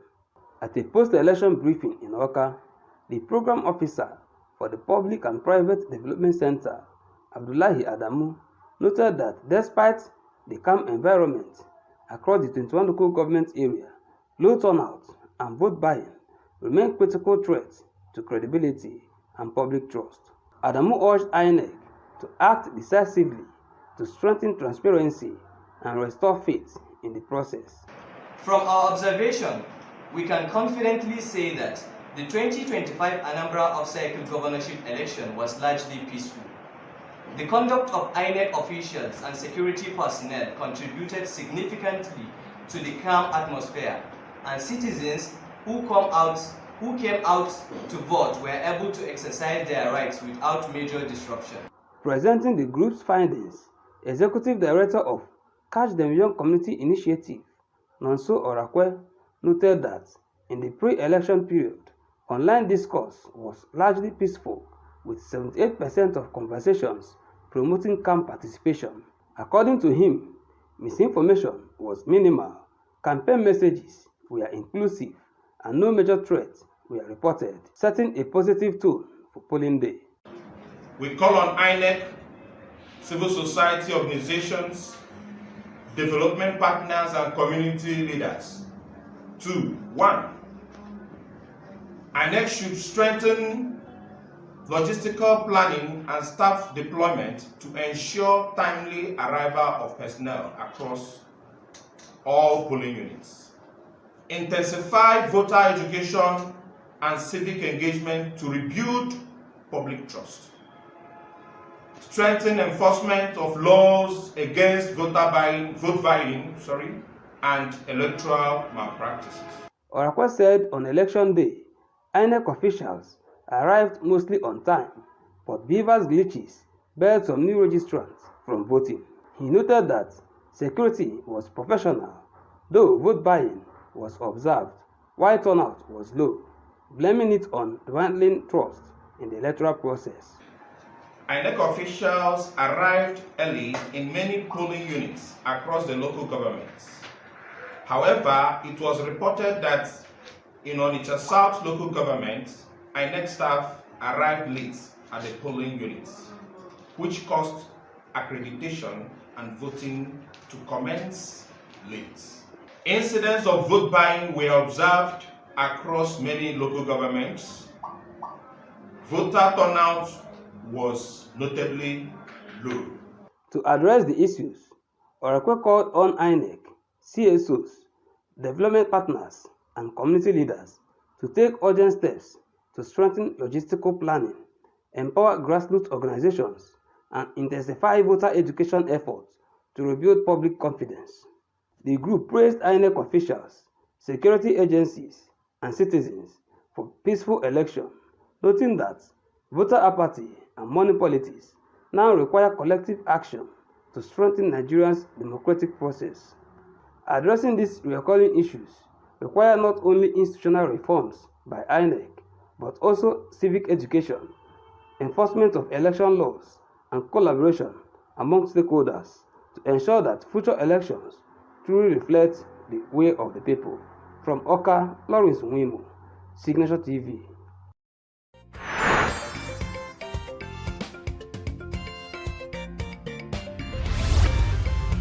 Signature TV, news in your pocket.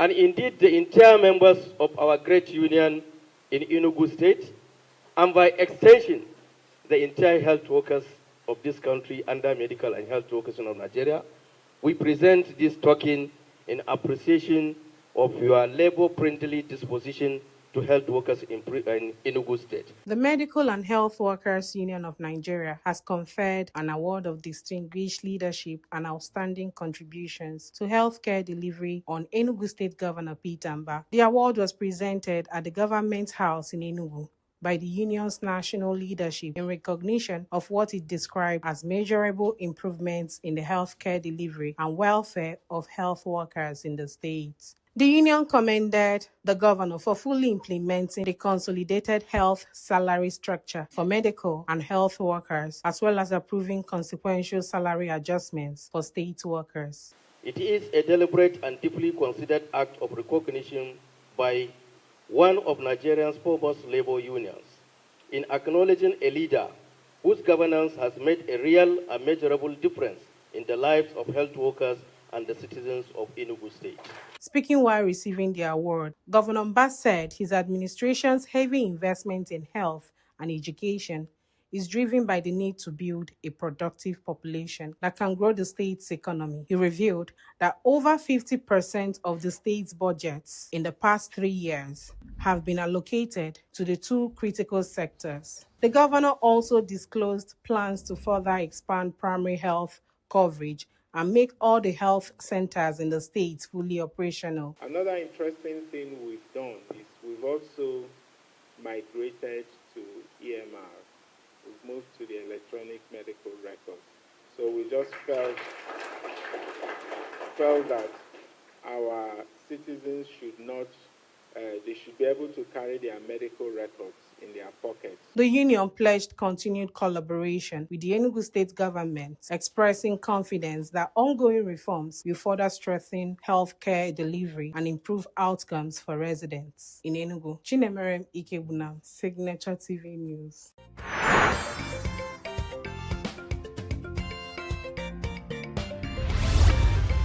Signature TV, news in your pocket.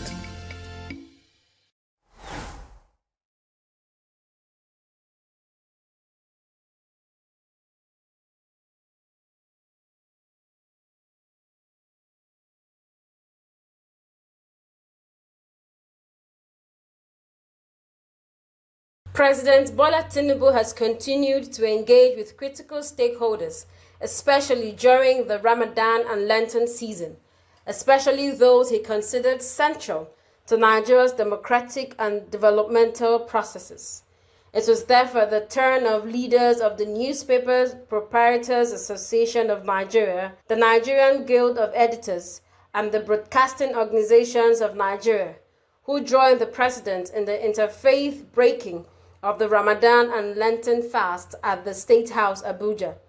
President Tinubu used the occasion to charge the media industry to help deepen the country's federal system by shifting greater attention to the activities of states and local governments, insisting that development must be driven at all tiers of governments. He told the media executives and editors that the recent reforms that guarantee direct funding for local governments have created a new opportunity for grassroots development, noting that the press must play a critical role in ensuring accountability at all levels.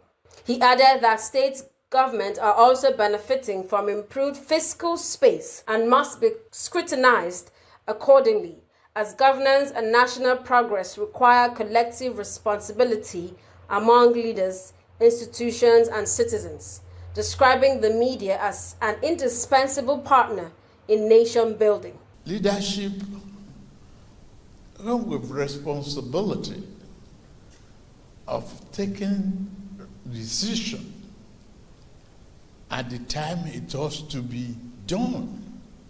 Otherwise, it's a failure. At the time we have to confront the subsidy Nigeria was teetering on the edge of bankruptcy.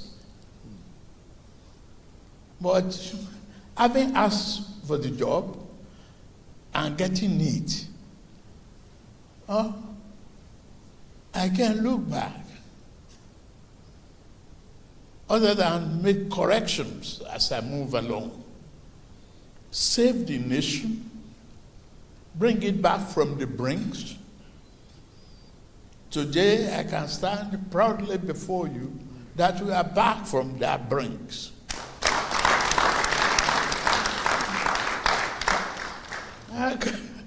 Can you imagine a nation that is owing the airline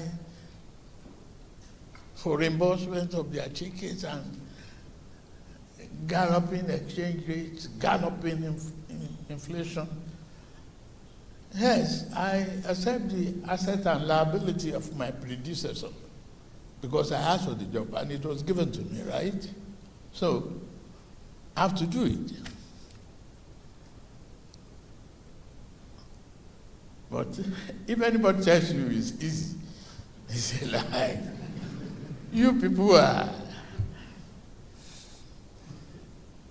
Earlier, the Minister of Information and National Orientation, Mohammed Idris, said the Tinubu administration recognizes the critical role of the media in sustaining democracy and national development. He disclosed that the federal government has already begun engagement with major technology companies such as Meta and Google over their impact on Nigeria's media industry and assured that the administration remains firmly committed to press freedom. All the time, because it is easier for them to meet me. You say, go and tell the president about this and that. The president has not, go and talk this one. Today they have an opportunity and they have said what they want to say. And let me use this opportunity to tell the MPO that indeed the Federal Ministry of Information and National Orientation and all the regulatory agencies, relevant regulatory agencies, are already engaging with the big techs, Meta and Google. They are all in our offices and we have held meetings. We are already anticipating this and we are working on that.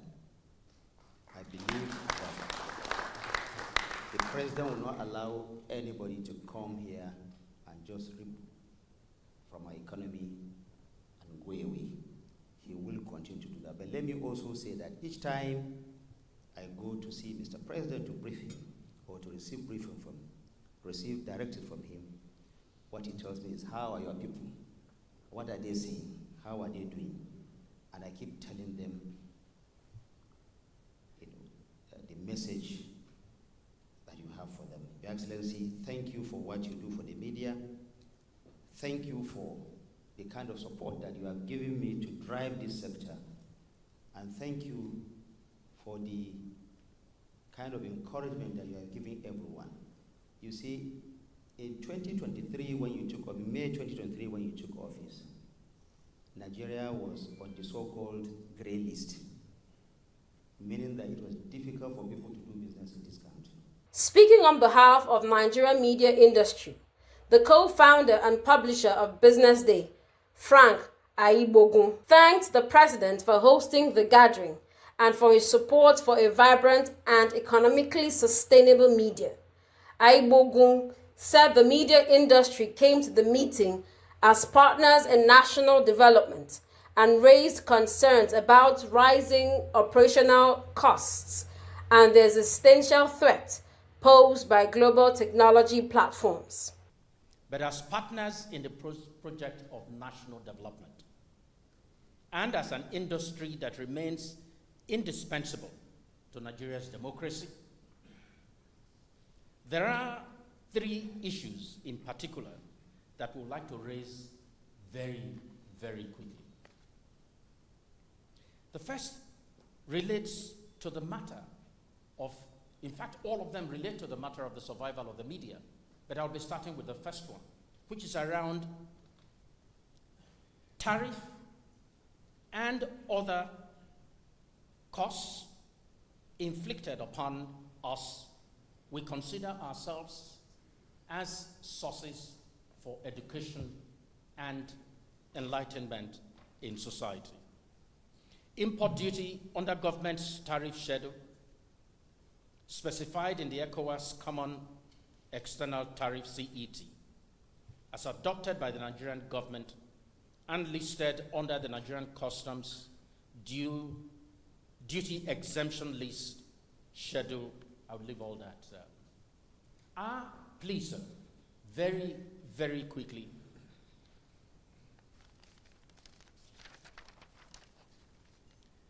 Is simply to passionately and to ask for your gracious intervention in ensuring that these tariffs, whether they relate to import duty. The publisher told the president that the big technology companies and artificial intelligence platforms are increasingly undermining the business models of traditional media organizations.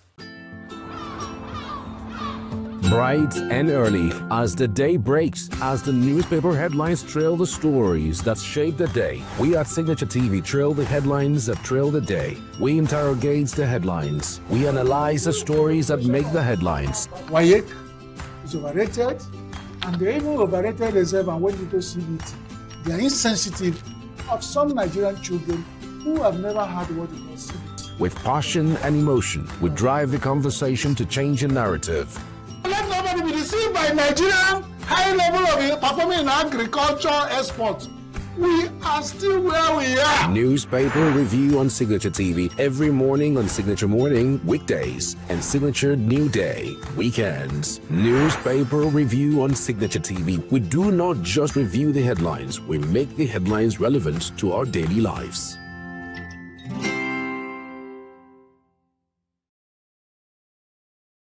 Presenting the motion on the spate of killings, Kabiru Amadu warned that rising violence and forced payments to armed groups are pushing already vulnerable residents further into poverty.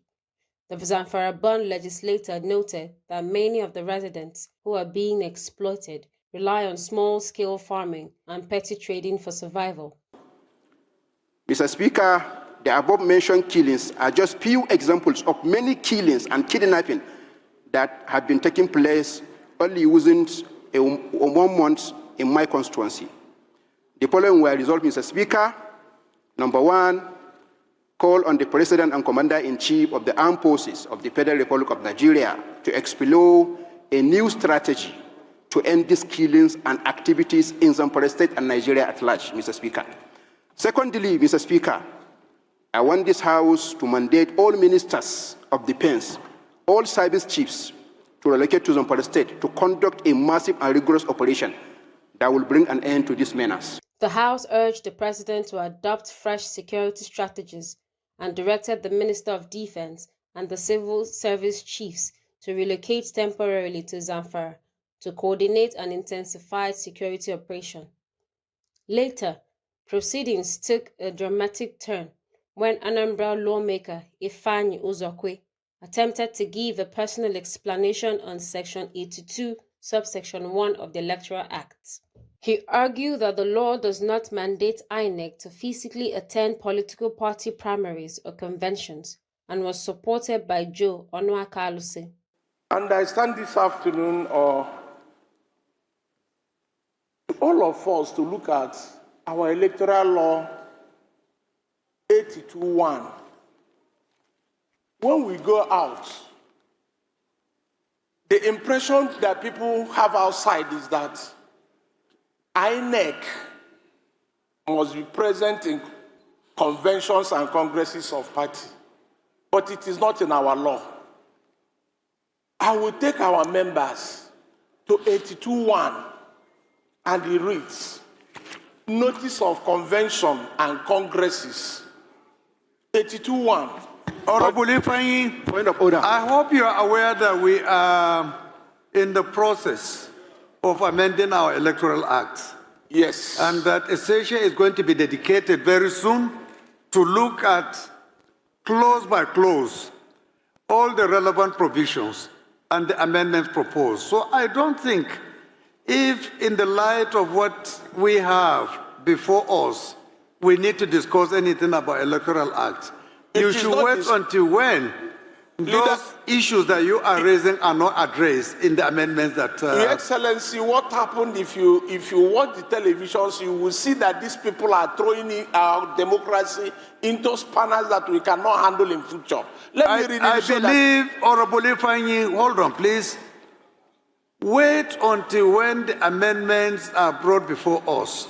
If it is not captured, then you have every right to actually it is an existing. But Speaker Abbas Tajuddin ruled him out of order, insisting that any amendment issue must be channeled through the Constitution Review Committee.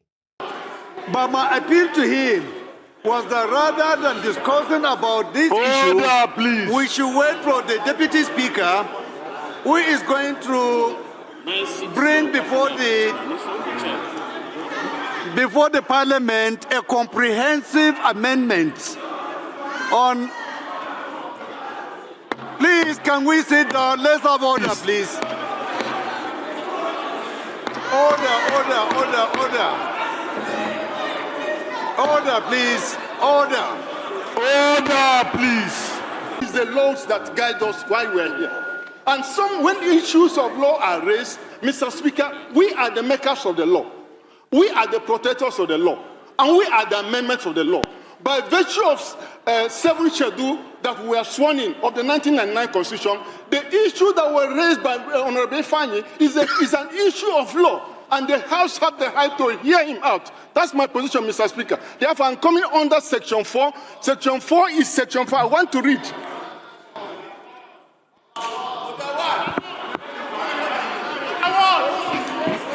Point of order, Mr. Speaker. Honorable Joe, Mr. please, Speaker, can you sit down? Mr. Speaker, point of order. Joe. Lawmakers also adopted a motion urging the NNPC Limited to fast-track oil drilling in Obi local government area of Nasarawa State, following a request by Abubakar Dahiru. The Nigerian National Petroleum Company Limited has sufficient funds allocated under the Petroleum Industry Act to process for the oil anywhere in Nigeria. We are aware that drilling the OB oil statutory duty of the Nigerian National Petroleum Limited, as provided in the Petroleum Industry Act, which allocates 30% of the funds for oil prospecting. Concerned that the delay in drilling the OB oil in Nasarawa State is affecting potential income, employment opportunities, and economic growth for both the state and the nation. A bill sponsored by Essen Martin Etim and 24 others seeking to amend the Constitution passed second reading. The proposal seeks to reduce the minimum age for Senate and governorship positions from 35 to 30. It further proves that if a member of this House at 25 years spends 2 terms in the House of Representatives, he will be 33 years and he will still not be qualified to go to the Senate or to become a governor. So I think that this Honorable House should look into it, and we maintain the gap between the office of the governor and Senate, as it were, and that of the House at the 5 years that it has always been. So this bill is seeking to reduce the age from 35 to 30 for the office of the governor and membership of the Senate, as it were, Your Excellency. Late President Muhammadu Buhari in May 2018 signed the Not Too Young to Run constitutional amendment into law, reducing the minimum ages for the office of president from 40 to 35 years, and House of Representatives and State Houses of Assembly from 30 to 25 years. The age limit for governorship and Senate seats was, however, left unchanged at 35 years. I am Princess Ken Ochama, Signature TV News. New every morning on Signature TV, we open the day for you with needed energy, information, and required vibes to shape your day. From sizzling snippets of stories in various areas of life to intriguing conversations with net worth guests. When you have people who have no track record becoming your leaders, you have a problem. There's no outstanding gratuity when Obi took over from me. I left in all the accounts of Anambra State 13.8 billion for him. Your day cannot be complete without Signature Morning on weekdays and Signature New Day on weekends. There is no better way to start your day except Signature Morning and Signature New Day every day on Signature TV.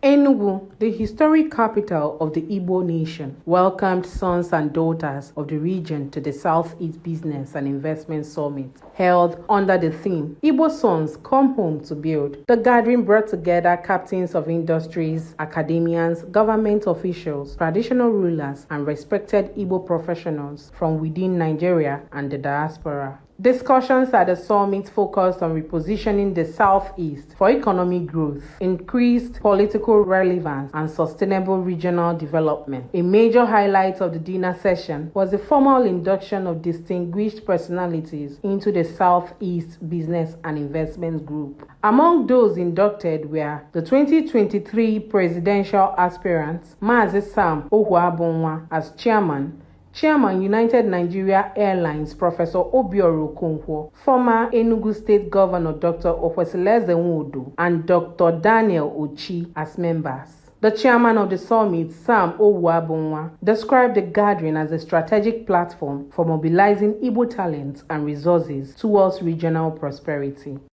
This summit is just an opportunity to present ourselves, meet ourselves, but the work starts after the summit. From now to next year, there is going to be activity, or there are going to be activities where the real matchmaking, providing opportunities for body and large investors to link up with body and large business enterprises. Governor of Enugu State, Peter Mba, who was represented by the Commissioner for Trade and Investment, Sam Obu-Nwobudo, welcomed the initiative as brilliant and visionary, noting that it aligns with the state government's developmental agenda for investment attraction and job creation. I want to assure you, on behalf of the people in the government of Enugu State, of our continuous support for what you're working on. It is in tandem, it aligns clearly with what you can see as an evolving great state, an evolving great region, and by the grace of God, an evolving great nation. The evening reached its climax with the presentation of the Best Investor of the Year award to Uche Oga, Chief Executive Officer of Masters Energy, in recognition of his outstanding contributions to regional economic growth. Oga expressed appreciation to the organizers and reaffirmed his commitment to supporting initiatives that promote industry, innovation, and sustainable development in the Southeast. Governors we have in the Southeast currently, they are making us proud. But we need collaboration among them. They need to team up and then bring in the business people into a very small room for us to meet and discuss, and then give a chance to the people.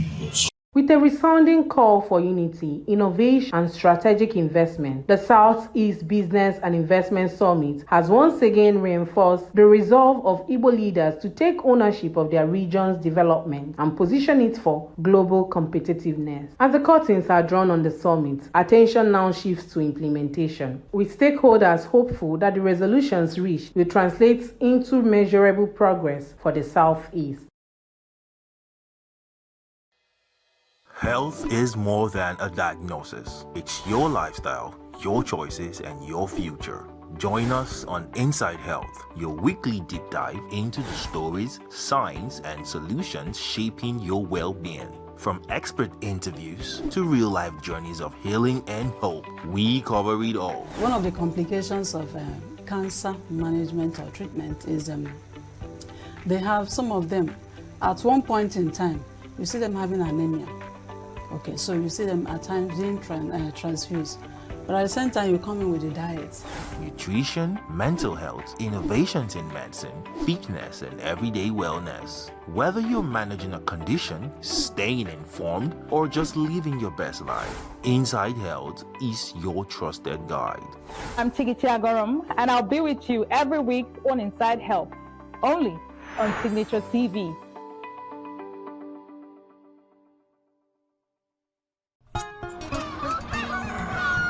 New every morning on Signature TV, we open the day for you with needed energy, information, and required vibes to shape your day. From sizzling snippets of stories in various areas of life to intriguing conversations with net worth guests. When you have people who have no track record becoming your leaders, you have a problem.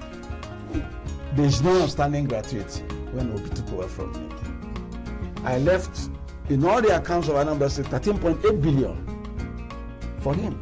Your day cannot be complete without Signature Morning on weekdays and Signature New Day on weekends. There is no better way to start your day except Signature Morning and Signature New Day every day on Signature TV.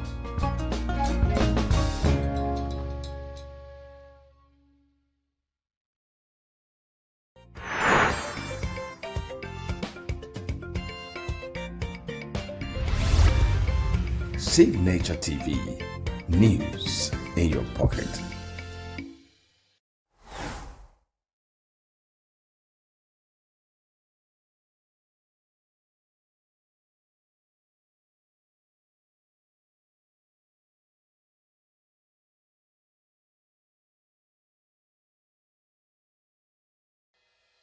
Health is more than a diagnosis. It's your lifestyle, your choices, and your future. Join us on Inside Health, your weekly deep dive into the stories, science, and solutions shaping your well-being. From expert interviews to real-life journeys of healing and hope, we cover it all. One of the complications of cancer management or treatment is they have some of them, at one point in time, you see them having anemia. Okay, so you see them at times being transfused. But at the same time, you come in with the diet. Nutrition, mental health, innovations in medicine, fitness, and everyday wellness. Whether you're managing a condition, staying informed, or just living your best life, Inside Health is your trusted guide. I'm Tigiti Agorum, and I'll be with you every week on Inside Health, only on Signature TV.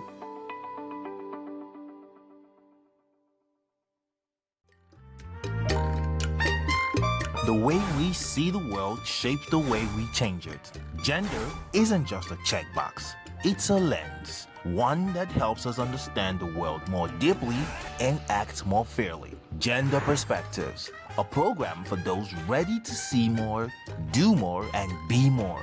Designed to challenge assumptions, ignite conversations, and build inclusive solutions across every sector of society. We are not, fighting the men. We are not saying we are equal in terms of rights. We're only asking they should recognize our existence. Join us on Gender Perspectives, showing every Saturday by 4 p.m. Repeat every Wednesdays by 5 p.m. and Thursdays by 3 p.m. Change begins with perspective. Let's widen yours.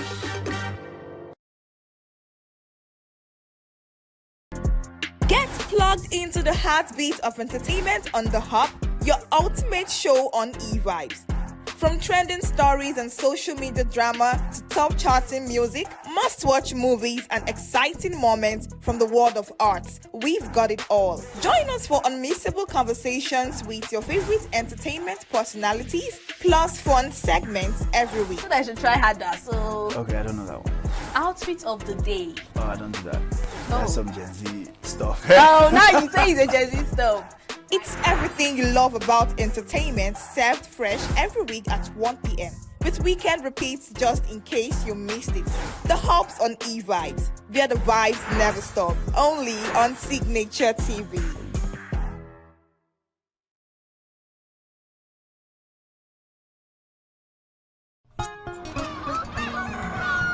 New every morning on Signature TV, we open the day for you with needed energy, information, and required vibes to shape your day. From sizzling snippets of stories in various areas of life to intriguing conversations with net worth guests. When you have people who have no track record becoming your leaders, you have a problem. There's no outstanding gratuity when Obi took over from me. I left in all the accounts of Anambra State 13.8 billion for him. Your day cannot be complete without Signature Morning on weekdays and Signature New Day on weekends. There is no better way to start your day except Signature Morning and Signature New Day every day on Signature TV.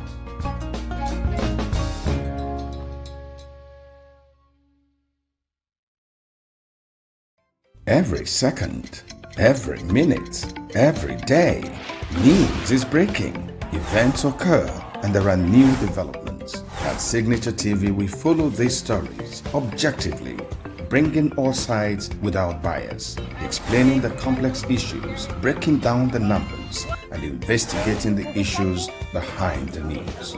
Anywhere and everywhere, near or far, wherever the news is, we will be there. Signature TV. News in your pocket. Health is more than a diagnosis. It's your lifestyle, your choices, and your future.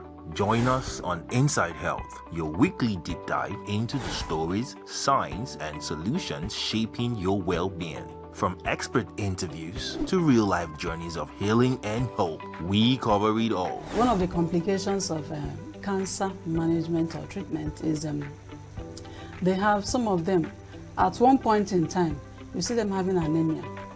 Okay, so you see them at times being transfused. But at the same time, you come in with a diet. Nutrition, mental health, innovations in medicine, fitness, and everyday wellness. Whether you're managing a condition, staying informed, or just living your best life, Inside Health is your trusted guide. I'm Chigichi Agorom, and I'll be with you every week on Inside Health, only on Signature TV.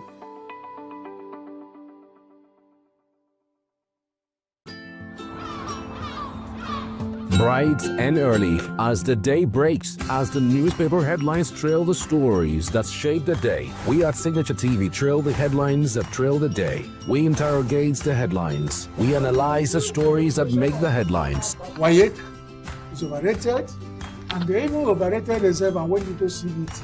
They are insensitive of some Nigerian children who have never had what it was CBT. With passion and emotion, we drive the conversation to change a narrative.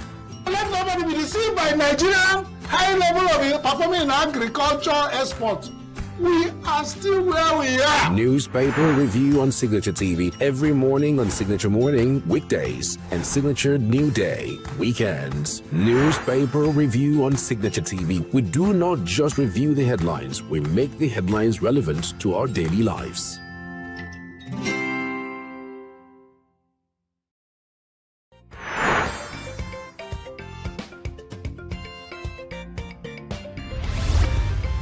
Signature TV.